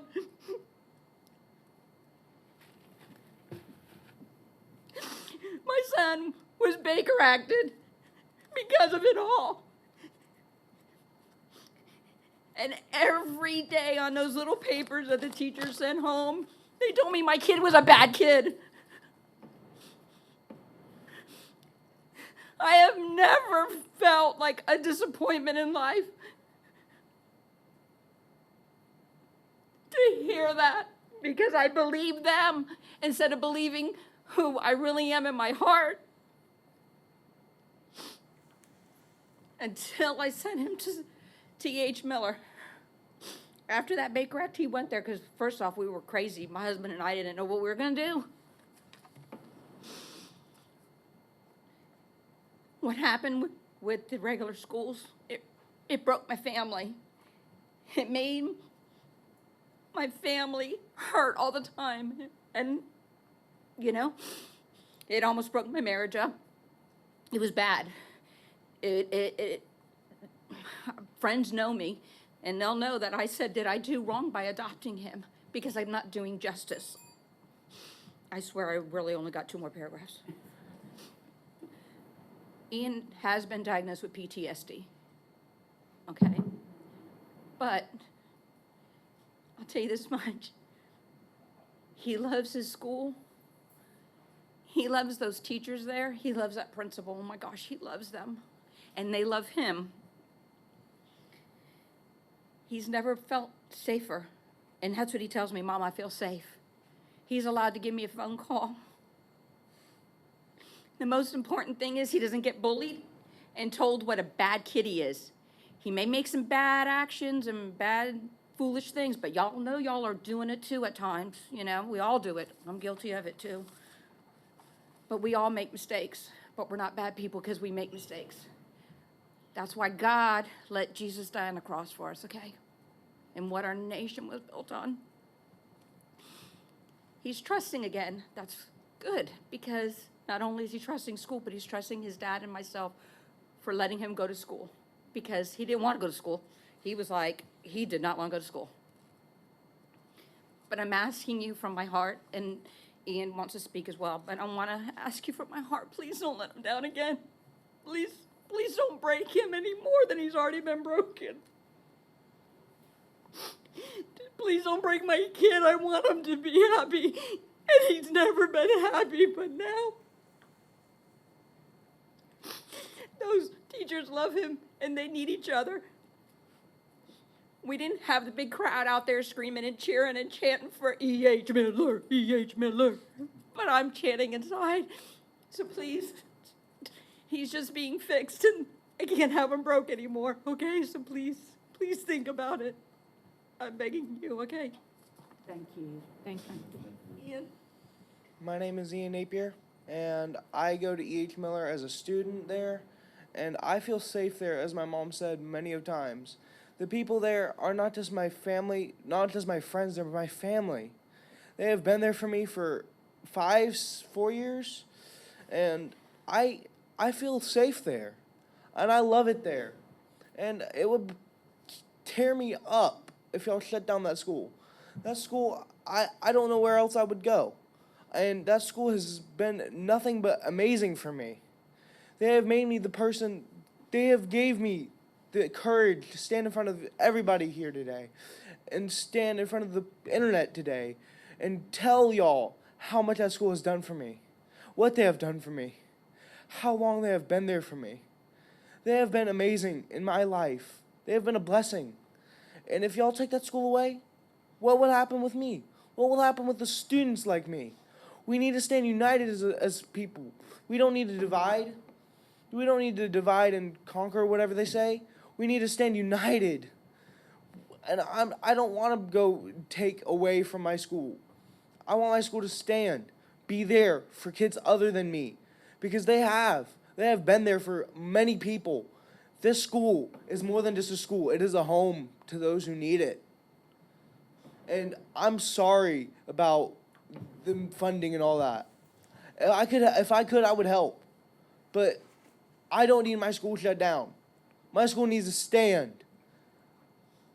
And I don't know what else to say except keep E.H. Miller. Keep all the schools that have people that care. Keep those schools that people care and people are there for their students. Because E.H. Miller is one of those schools. E.H. Miller's been there for me. And I don't know what else I'll do without that school. I know it's a lot, but please keep E.H. Miller up. Please keep that school running. I beg of y'all. Thank you, Ian. Thank you, Ian.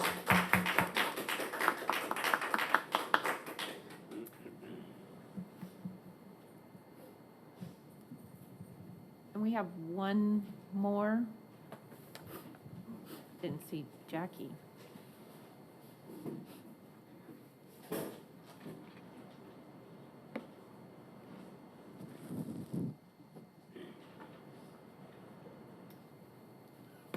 Mr. Michael Riddles. Good afternoon. I represent Melrose Elementary, but Melrose also represents E.H. Miller. You've heard a lot of emotional contestants. Today I'm here to talk a little bit of dollars and cents. I'm a 15-year Master Certified Technician. I currently work for the 4th largest solid waste collection company in the North American continent. So this compiling of schools, I just did the numbers for Melrose because I only had 4 days to prepare for this. Y'all have had a year. Why we've only been given 4 days to kind of prepare to bring rebuttals and contestants. It's a little hard to get numbers together. But based on the difference between Melrose Elementary, the mileage between Melrose Elementary and Aquila, it's about a 12-mile round trip twice a day. Comes out to 4,000 miles per school year. That's 785 gallons of fuel per school year, per bus. This morning, I pulled up the fuel numbers. we're at $2.34 a gallon. I'm sure the transportation office buys it in bulk like we do. Since January 4th, the cost has risen on average of 9 cents a gallon per day. At $2.34, and based off the numbers that Ms. Spell provided for the 2017-2018 year, 1,530,000 miles were driven for routes alone, not including field trips. You take the 4,320 miles added for the round trip for the transition, it's $700,000 in fuel. That's if it stayed the exact way it is today. Say, and the proposed plan goes as said, over 10 years, what does that total up to in extra expenditures? Based on the trend, if it continues, within weeks, we'll be looking at $3 a gallon in fuel. You're climbing over $1 million in fuel cost a year at that point. So we have that on top of the additional building funds that are needed and all that. And that doesn't even include the preventative maintenance that would be added for the extra mileage. Can I keep speaking or do I need to stop? Preventative maintenance is very expensive. Based off of the prices that we get buying oil filters by the pallet, oil at 500 gallons at a pop, you're looking at a cost increase because you have to add an additional service per school year to each bus for them to make up for the mileage. You're looking at another $8,000 per year per bus, just in the additional mileage. You think 12 miles is not much, but it adds up over time really quickly. And then you got additional failures. You're wearing out your warranty that much faster. And the technicians in Putnam County are not the greatest paid. That's why I work in Alachua County. I'm not scared to admit that. But the warranty technicians are more qualified than our technicians. My wife was a bus driver for Putnam County. They're undertrained, so they have to learn all the learning curves of the new buses that we have. And then once the warranty runs out, and they have to start making all those major diagnostics and major repairs, which I specialize in, that adds up more dollars in labor time. And with the minimum wage going up, their pay is going to have to go up, and that's even more cost. There's so many questions I have looking at the initial plan. There's no dollars and cents added, except for how much the new buildings are. I have no problem with new buildings. They're great. Some of them do need to be rebuilt. Old HVAC systems cost money to maintain. I understand that. But to displace kids, they're more than numbers. The numbers I've given you have been hard dollars and cents. A kid is not a hard number. Their education, their family orientation, you can't mess with that too much. Yes, there's an end goal, but 10 years, with everything that's gone on in the last year, what's the chances of it actually happening? That's all I have. Thank you for your time today, guys. Thank you.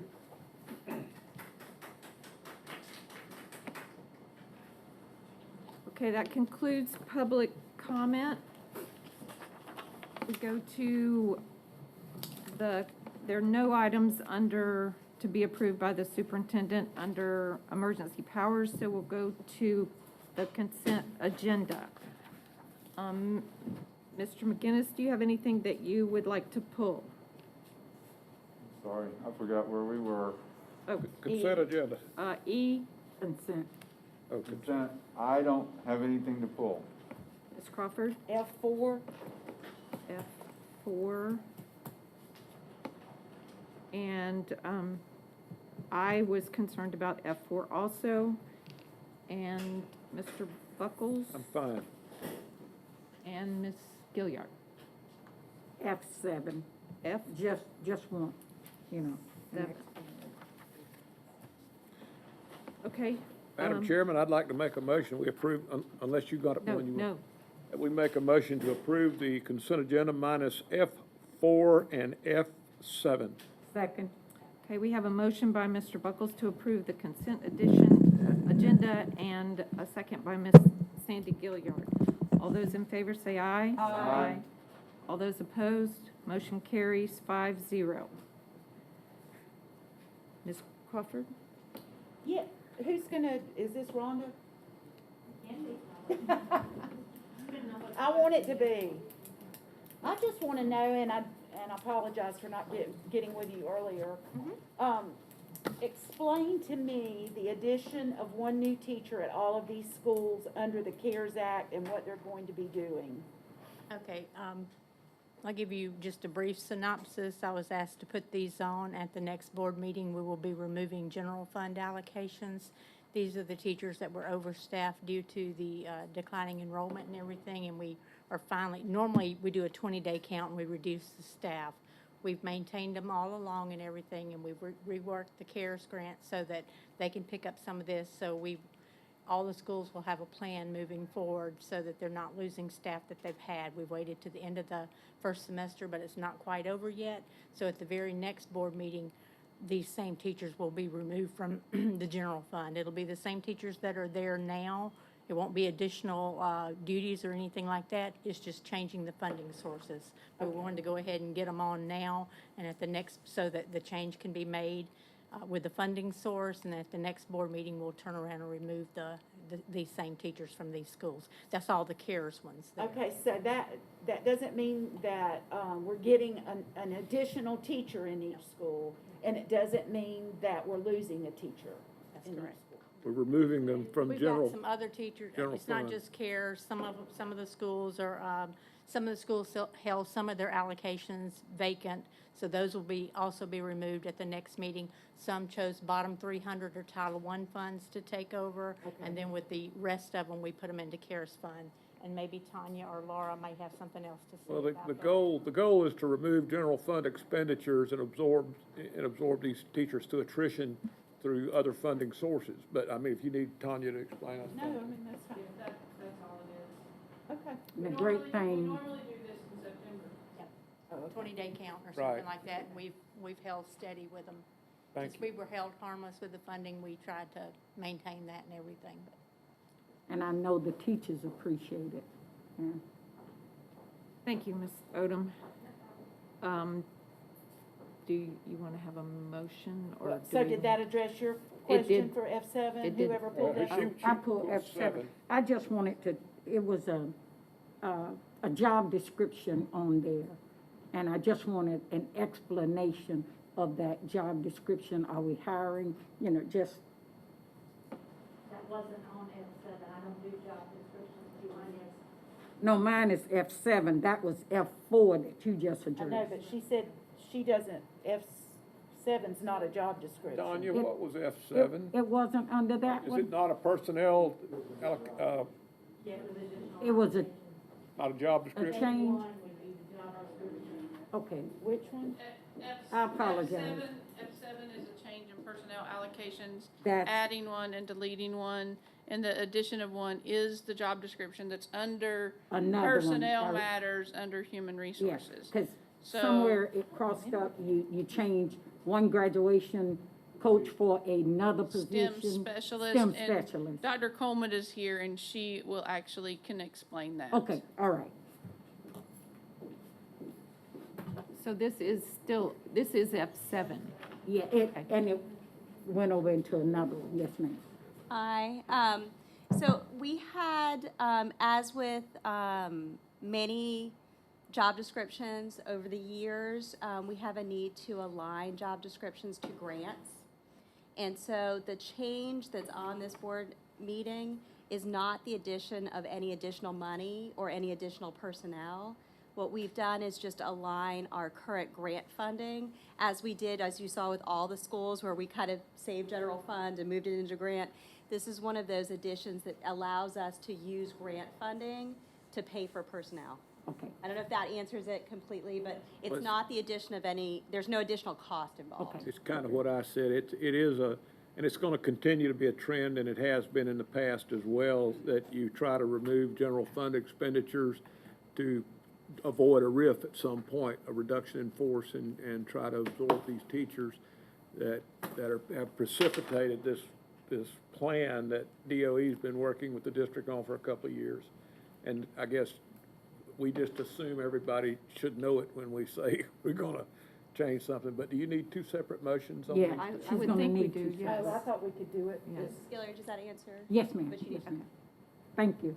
I'd like to make a motion that we accept, item F4 on the consent agenda. A second. I have a motion by Ms. Jane Crawford to accept item F4 on the consent agenda, and a second by Ms. Gilliard. All those in favor say aye. Aye. All those opposed? Motion carries 5-0. Madam Chair, I'd like to offer a motion that we accept, consent agenda F7. I'll second that.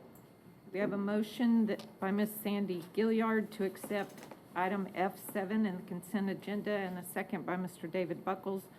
All those in favor say aye. Aye. All those opposed? No. Motion carries 5-0.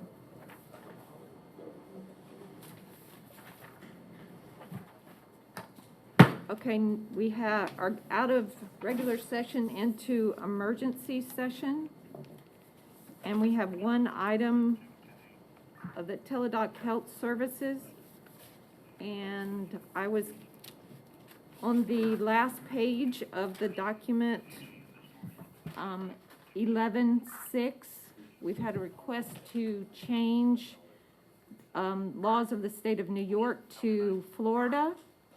And then at the bottom of that paragraph, it talks about federal courts of New York, and we want to change that to Putnam County, Florida. What item are you on? It is in the it's the Teladoc Health Oh, yeah. Services.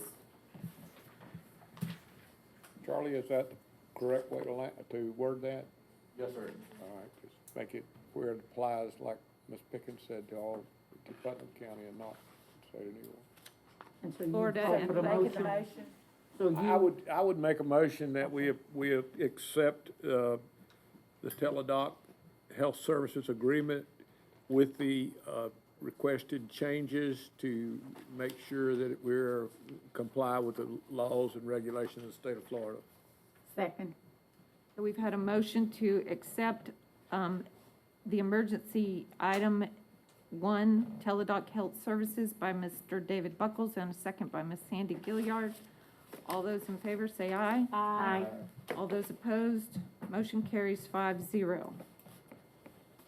We are back into regular session and unfinished business. Madam Chair, I offer a motion that we remove item M1 from the table, recommended order, final order, and expulsion packet, student 1, hearing 12/1/20. I'll second that. Now, this is to put it back on the table. No, it's to remove it from the table. To remove it. Oh, remove, okay. Yes. Okay.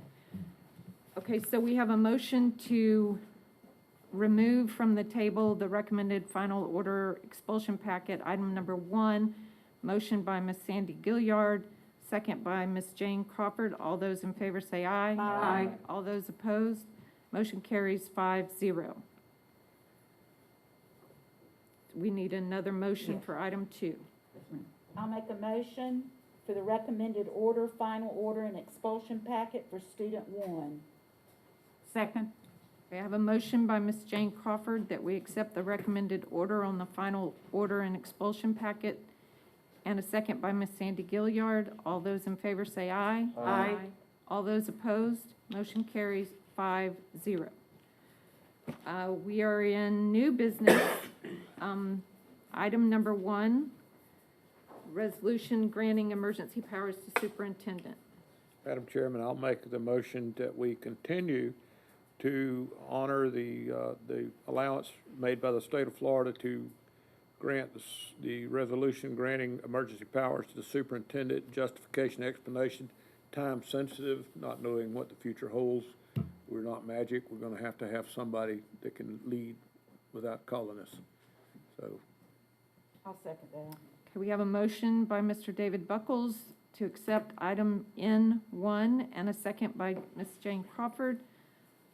All those in favor say aye. Aye. All those opposed, motion carries 5-0.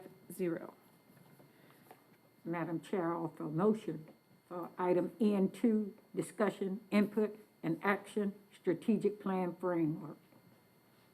I'll make a second to that, and I'd like to add at the same time that we're going to need to do a better job, and that's part of this is the board's, I guess we didn't communicate effectively enough with the public, but we've had to move fast because this has been in the planning through the state and all for several years, but I mean, working with the district to try to develop a sense of where we were, and like the gentleman talked about mileage and gasoline and how much things cost, and figure out where we were could better allocate monies to more positively benefit our kids and communities.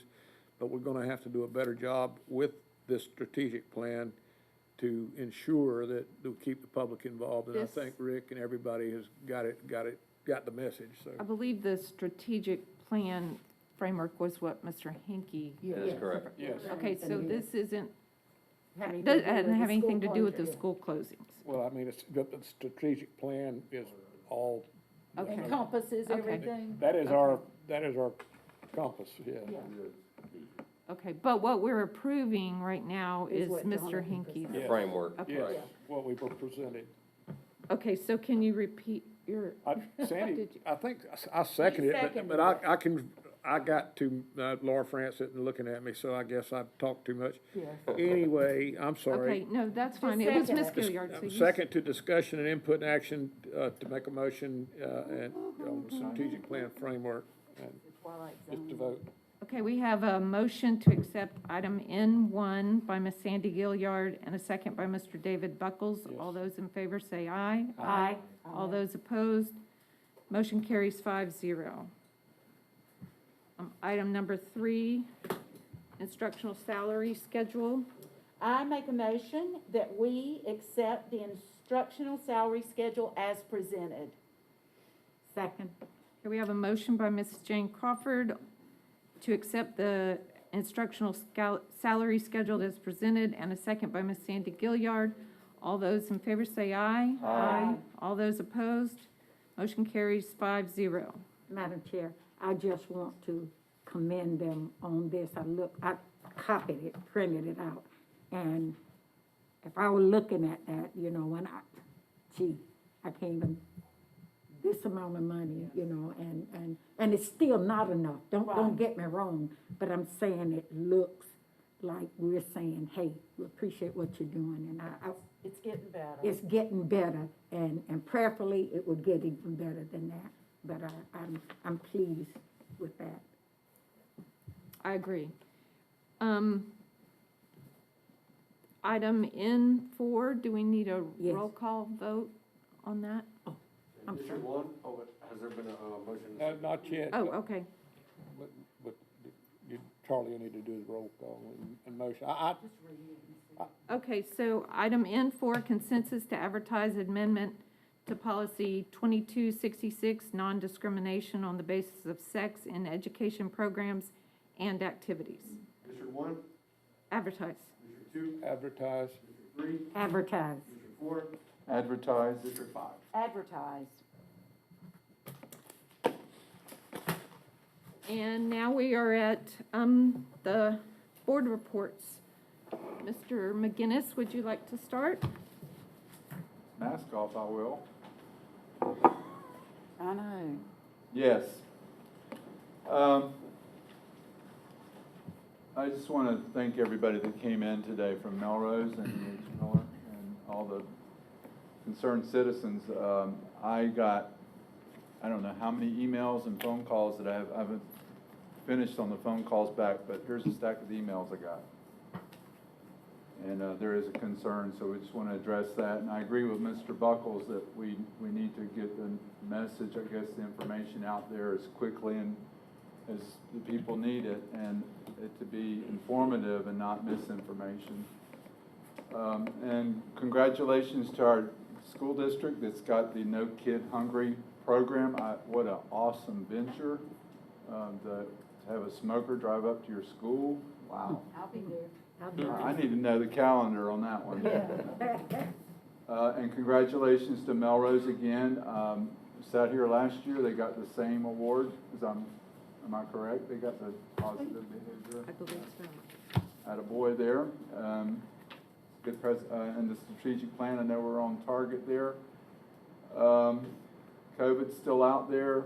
Need to continue with our protection and procedures of another layer of shield of protecting every student. Also, it's like I wrote down some notes here and I can't find them. Doesn't that always work? One thing that gleaned to me about what we need to do too, it's not part of the, I guess it would be part of my report. I know that for us as a district, we have to operate more efficiently,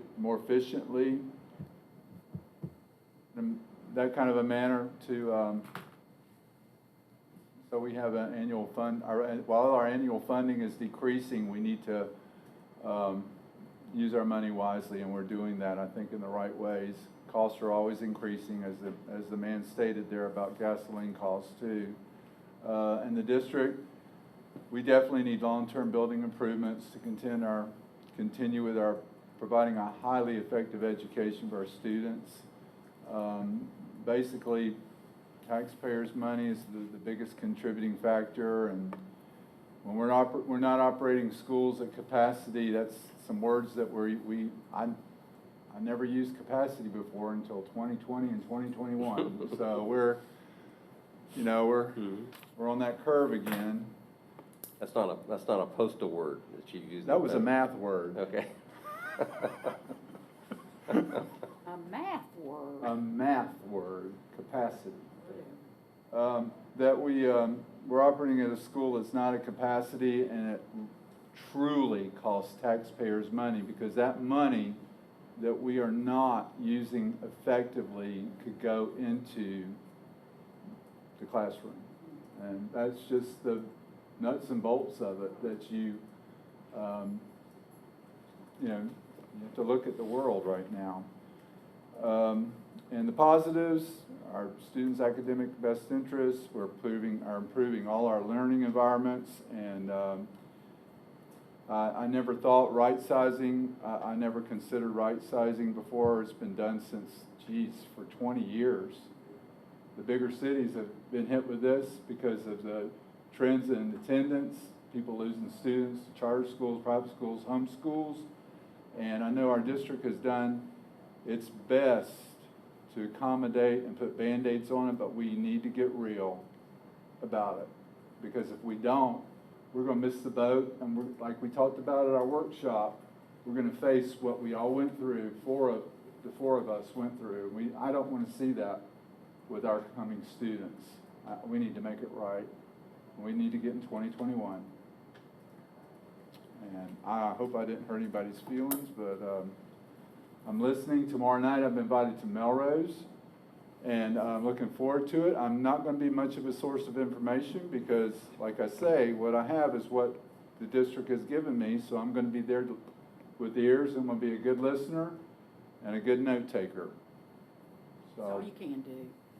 Yep. And I would encourage our board to get these forums in that area and the areas that we have of concern, because it's of the utmost importance that people get their voices out, and we need to make sure that everybody understands the goal at the end. The front end of this looks horrible, but the end goal, people want a microwave fix.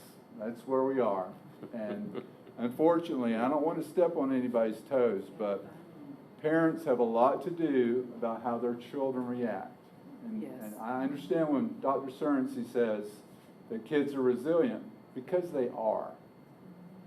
They go through battles, and mamas and daddies can't handle it. So we just all need to tread lightly, baby steps, and get through this. and do it right. Thank you. Thank you, Mr. McGinnis. Ms. Crawford? Yeah, I'm gonna probably need to read what I have, because I don't want to forget anything, but, I too would like to thank all of the, people that came today representing Melrose and E.H. Miller. It's good for us to hear you. Yes. I know how emotional the topic of changing and closing schools is. Actually, I got teary-eyed the day that I was told that we were considering closing 5 schools. I have a real emotional attachment. Having been here 65 years, I have a real emotional attachment to the schools in Putnam County, especially because I taught here for 35, 40 years, and it just happens. But I also want you to know it happened to me when Bud and I were going into the 9th grade at Palatka Junior High School. And then we were told they were shutting Palatka Junior High School down. We were being shipped to Palatka South High, and Palatka Junior High was becoming Palatka Middle School. So here we are having to, Again, yeah, having to go over there. I thought it was the end of the world. In my mind, I couldn't understand, why are they shutting down a perfectly good junior high school, especially when I was going to be a 9th grader. But they didn't listen to me. And again, I thought it was the end of the world, and it was at the time. It really was. But it turned out to be such a wonderful experience. I can't even tell you. I got to go to school with David Buckles. I mean, what could be better? And you didn't realize that the district was doing those steps, preparing for a bond issue to build Palatka High School. Right. And I would like to share this short story with you. When my father, Bill Thomas, was superintendent of schools in Putnam County many, many years ago, he made the decision to close several community schools in Barden, in Bostwick, and in Johnson, Florida. You would have thought the world had come to an end. He did this, though, so he could offer the students that attended those schools better facilities and better programs, and so that our district could be more financially sound. The reaction was horrible. There was protesting. There was picketing. And although I was too young to remember this, my father told me through the years, we received death threats every night by phone call at our home during dinner. And they picked the best time to call, I guess. And I remember Daddy telling me that one of those nights, my older brother, Scott, he was 5 years older than me, so he was 8 or 9 at the time, probably. He answered the phone at dinner, and they threatened to kill my dad if he made the decision to close Bostwick, Barden, and Johnson. Well, Dad, also known as John Wayne by many, he couldn't give in to that. He couldn't cave to that because he knew he was doing the right thing for the students in Putnam County. After that, things finally calmed down, and it turned out to be a great experience.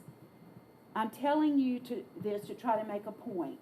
Within a few years, the residents of Bostwick and Barden and Johnson were so happy that that change had been made and that their children were attending these newer schools with more programs and more opportunities. Change is never easy. I've had to do it many times. It's never easy. I found that out in the 9th grade. So did Bud. But by making that change in the 9th grade, I had so many new options and opportunities given to me. I made new, lifelong friends. There were more courses offered that we could partake in. There were more activities in which I could become involved. And let me tell you, I was in every one of them that I was smart enough to be in. Our enrollment in Putnam County has been in a steady decline for years. It's not just because of COVID. I've watched it. When I taught at Palatka High School, there were 2,000 students. And when I left, 1,400 maybe? This has been coming on for a long time. And as you know, the money our district receives now, it always has been, is called FTE, and it's based on the number of students that we have enrolled in our county. And that is getting fewer every year. So the money we take in now is not commensurate with the cost of maintaining many of these antiquated buildings. The cost of keeping these schools in shape for our students to attend is astronomical because it's harder to replace old HVAC systems because there's so many new inventions. It's more costly. Our maintenance department does an excellent job trying to keep everything running properly, but we have band-aided them to death, and we're running out of band-aids.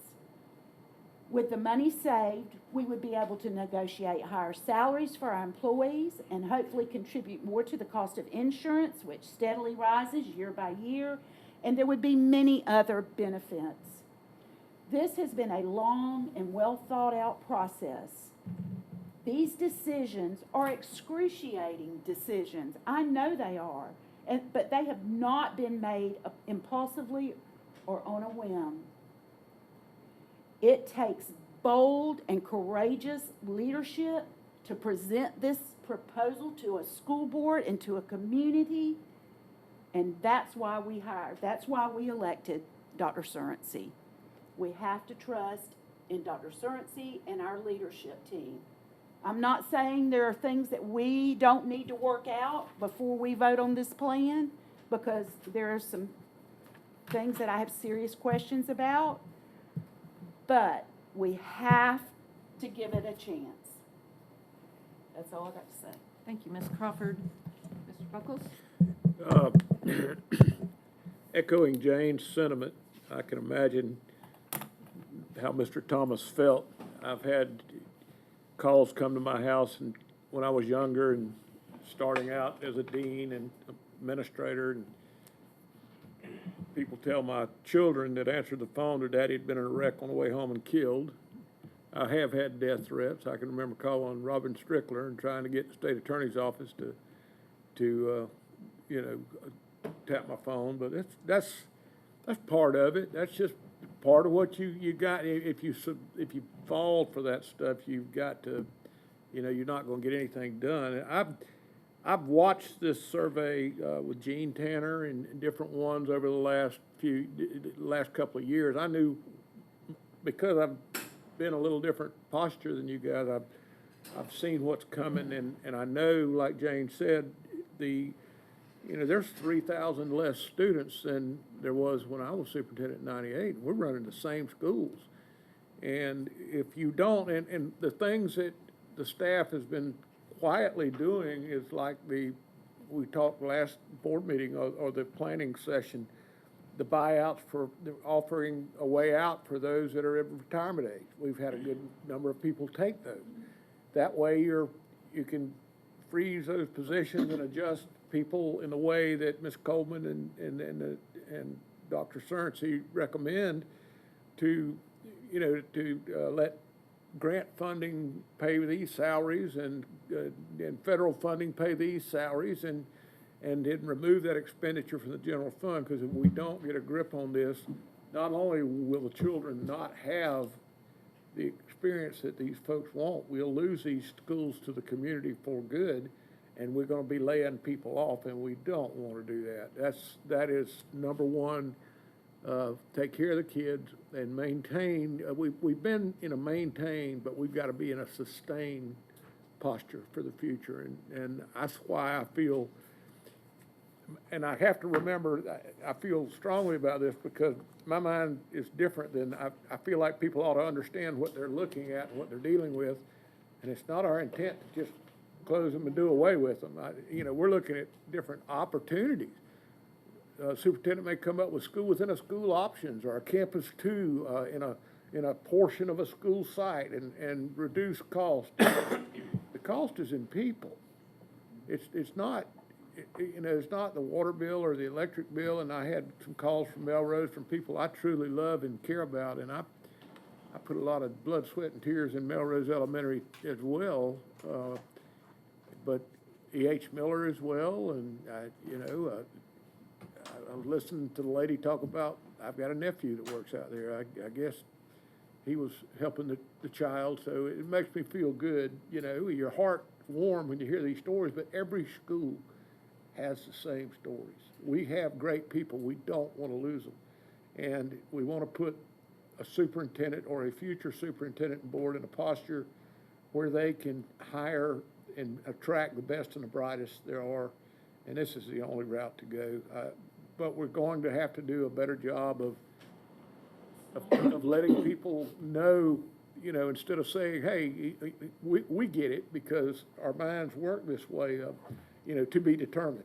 That means we really don't have the finalized solution, but we're working on trying to find a way to help the Department of Education help us get millions and millions of dollars that we can't get and obtain unless we follow this path and do it in a way that is mandated in order for us to qualify for the special facilities funding. So I've been there, done that, bought a T-shirt, and it looks like I'm headed back down that road again. But it is with the greatest empathy that when you hear these stories, I listen to that parent. Now, I remember hearing another teacher that worked at Palatka High that had a hearing impaired child that needed a ride one time on a bus, and we got her transportation to St. Augustine. So it really absolutely did. You've got really heart. Don't think for a minute it doesn't tear his heartstrings as well as ours to hear those stories. But that's what we're here for. And if you didn't care and it didn't move you, you wouldn't be who you are. And we have seen the auditorium at Beasley, now CeeLo, former South High, how it transitioned, packed, overflowing because of talking about closing E.H. Miller School. But there's a difference in technology and abilities now. We're going to have to work on school hardening in these new facilities in a way that protects our students, in a way that the mother talked about. Can you get an emergency rescue vehicle in there? That's all part of school within a school planning, and it's going to be better than ever. I just hope I can live long enough to see my grandchildren attend some of these schools. And with that, I'll pass it on. And I feel for you because I know you're going to get some harassing phone calls. And you're going to get cussed out. And you're going to get yelled at. And it's just part of it. Thank you, Mr. Buckles. Ms. Gilliard? Yes, I just want to let Mrs. Crawford know I heard you. I appreciated the way that you laid it out. I also want to let our parents, our concerned citizens know that we have received your emails, Mrs. Pefferly, Mrs. Stevens, Mrs. Conley, Mrs. Wolf, Mr. and Mrs. Green, Mrs. Darby, Mrs. Becker, and Mrs. Riddles. We have heard you, and I would especially want to point out Mrs. Becker from E.H. Miller. In her letter, she did say, yes, my concern is E.H. Miller School, but if it has to happen, please consider a school within a school. And so I want you all to know that we are listening. We hear you, but we are going to take into consideration everything that is said from both sides, and we have to make a decision that we feel honestly would fit. I was talking with the superintendent when we had our break, and I said that was the first question I asked him when we met the gentleman. I said, what about Melrose? Because I know it is a community school. But when he showed me down the road what is going to happen, and I know we wish that it could happen overnight, but it's just going to take time. But we're just going to ask you to work with us, like the parents have said. Well, let us be in on it and work with you and know that we are concerned. We are hearing you, even though we may not respond on the emails that we get. Read them, highlighted them, just like Bud, points that were made. And yes, we are hearing you. And we're going to do whatever we possibly can. But the work honestly wasn't done overnight. That was Mr. Boland had been looking at it for about 3 years because of the 3,000 students that Mr. Buckles referenced. And the final thing, I'll say this and then I'll close out, when they showed us the plan of how much it cost, and yet the state is not funded because the children aren't here. And so my heart does go out, and we are feeling and we are hearing.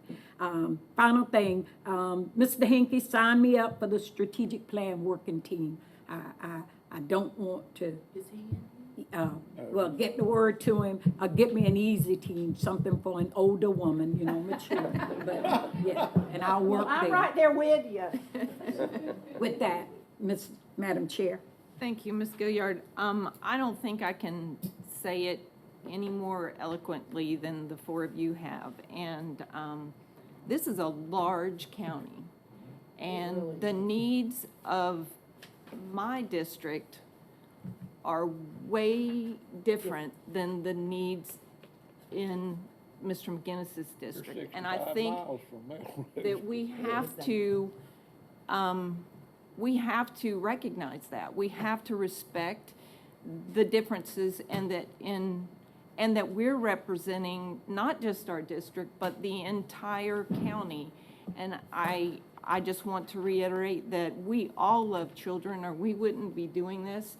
And we certainly put their needs first. And my heart does go out to the E.H. Miller, especially that mother, both of those mothers. It was, that was very heart-wrenching. But again, this was a proposal. It is not set in stone. And so, and I do believe that we are very receptive to listening and doing everything that we can. And I say that as a board, but I say that as a superintendent to the district leadership staff. And so I just want everybody to be respectful and to understand that we're making decisions not based on what our children or our grandchildren might experience, which that may not even happen for a lot of us. But we're making decisions based on fact. And I know that the workshop was taped, but do people have access to all of the? Yeah. So there is access. Yes, the video's on there, and we've included all the documents, and we actually asked Felicia to make that more accessible, because you had to click to get to it. We asked her to put it on where you can just go right to it. So you don't have to go to YouTube to get to it. You can just go. Yeah. Okay. Because I really think people need to educate themselves, because you can't always think right with your heart first.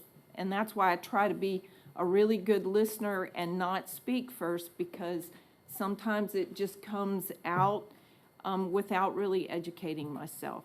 So I just think we're doing the best that we can for Putnam County, and again, it is not set in stone. And so, Dr. Cerncy? Oh, board attorney? It's Charlie's fault. You have reported this time, everything's going well. Thank you. And Dr. Cerncy?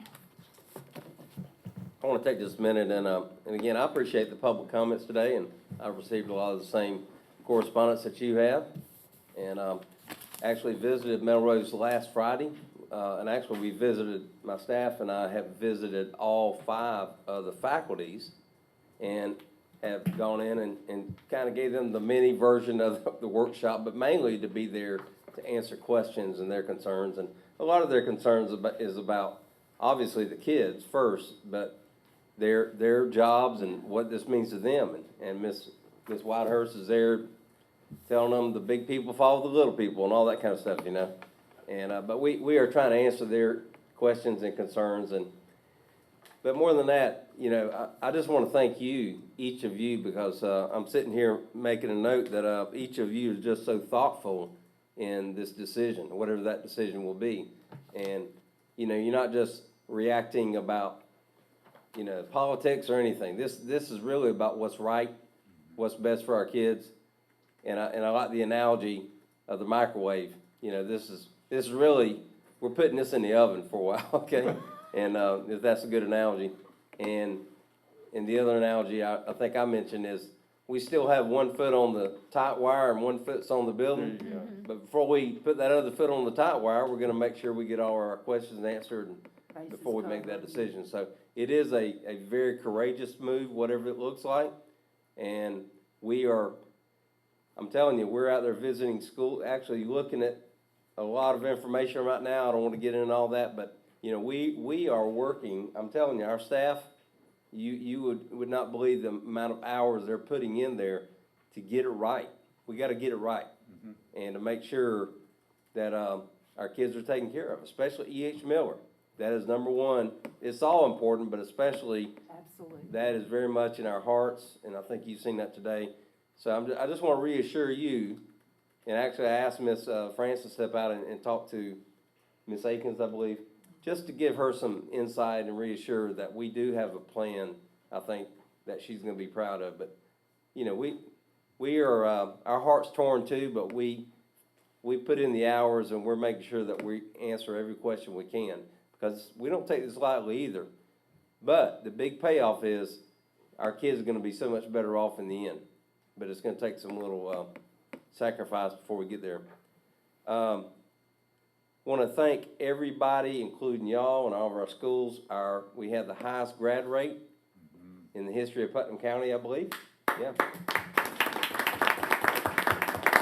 And I want to thank the Waika Daily News. They gave us, you know, pretty good ink on that. Yes, they did. But again, that was our 5-year plan, and you read about it. Our 5-year plan was to hit 90, and we did it plus a 0.1, you know. So we just want to make sure I have that 0.1 in there. But I can't be more proud of everybody. It's no one person. It is everybody pulling in together. And like we've said before, the good thing is we have some systems in place now. You know, we're not a 5 and done. We're a 5, and we're going to keep doing it because we have some things in place. And our principals are really, they know what to do here. Okay, they've got the systems down. And there's a little bit of competition between them, so they're not going to slack up at all. So good things are on the way. Can I interject Sure. something? It's so great to know that instead of being talked about as the worst district in the county, people are starting to talk about us like, what are they doing? How are they doing that?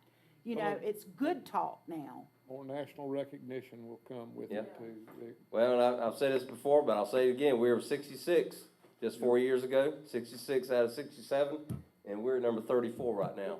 And that's in the upper half, by the way, if you do the math. So I'm really proud of that. Yeah. And our staff is, you know, to be commended for that. Listening to that story, though, about each of them and the kids and how they love their schools and communities, that's all part of it. You and your staff are to be commended. I just can't say enough about our teachers and all of our employees. Y'all have done a fantastic job loving our kids, loving them. Yeah. You know. So and you know, and it's really remarkable. This was done during the pandemic. Okay, didn't even have graduation on time. We still had graduation, but we didn't have it on time. So many challenges, but people put their mind to it. They were not going to let the pandemic slow down what they were doing. It's amazing. And we meet with our principals. We already have a mid-year data chat already planned coming up. And I can tell you, we're gonna call them up and say, what are you doing for this year's grad rate? Even though it's a little bit challenging, but they are working hard on it, even though not all their kids are sitting in a physical classroom. So those systems are in place, and I'm very proud of that. So just want to share that. Last thing I want to share is the pandemic, as you know, is alive, and you know we're battling that thing every day, just like the world is, and the numbers are spiking up. And I just want to continue to encourage our people hold strong. We're gonna get through this. We're gonna get through it, but, we're having to kind of tighten the ring a little bit, so to speak. And we've got some measures we sent out to our principals. And I know people are getting tired of all these restrictions and all. I get that. I'm so tired of wearing this thing, and I know you are too. But we have got to do this if we're gonna get through it. And we can see the light at the end of the tunnel, but we have got to continue encouraging our people to stick with it. So, let's get through this little spike, and I think we're gonna be okay after that. So, that's all I have. Okay, thank you. Anyone have anything else? This meeting's adjourned.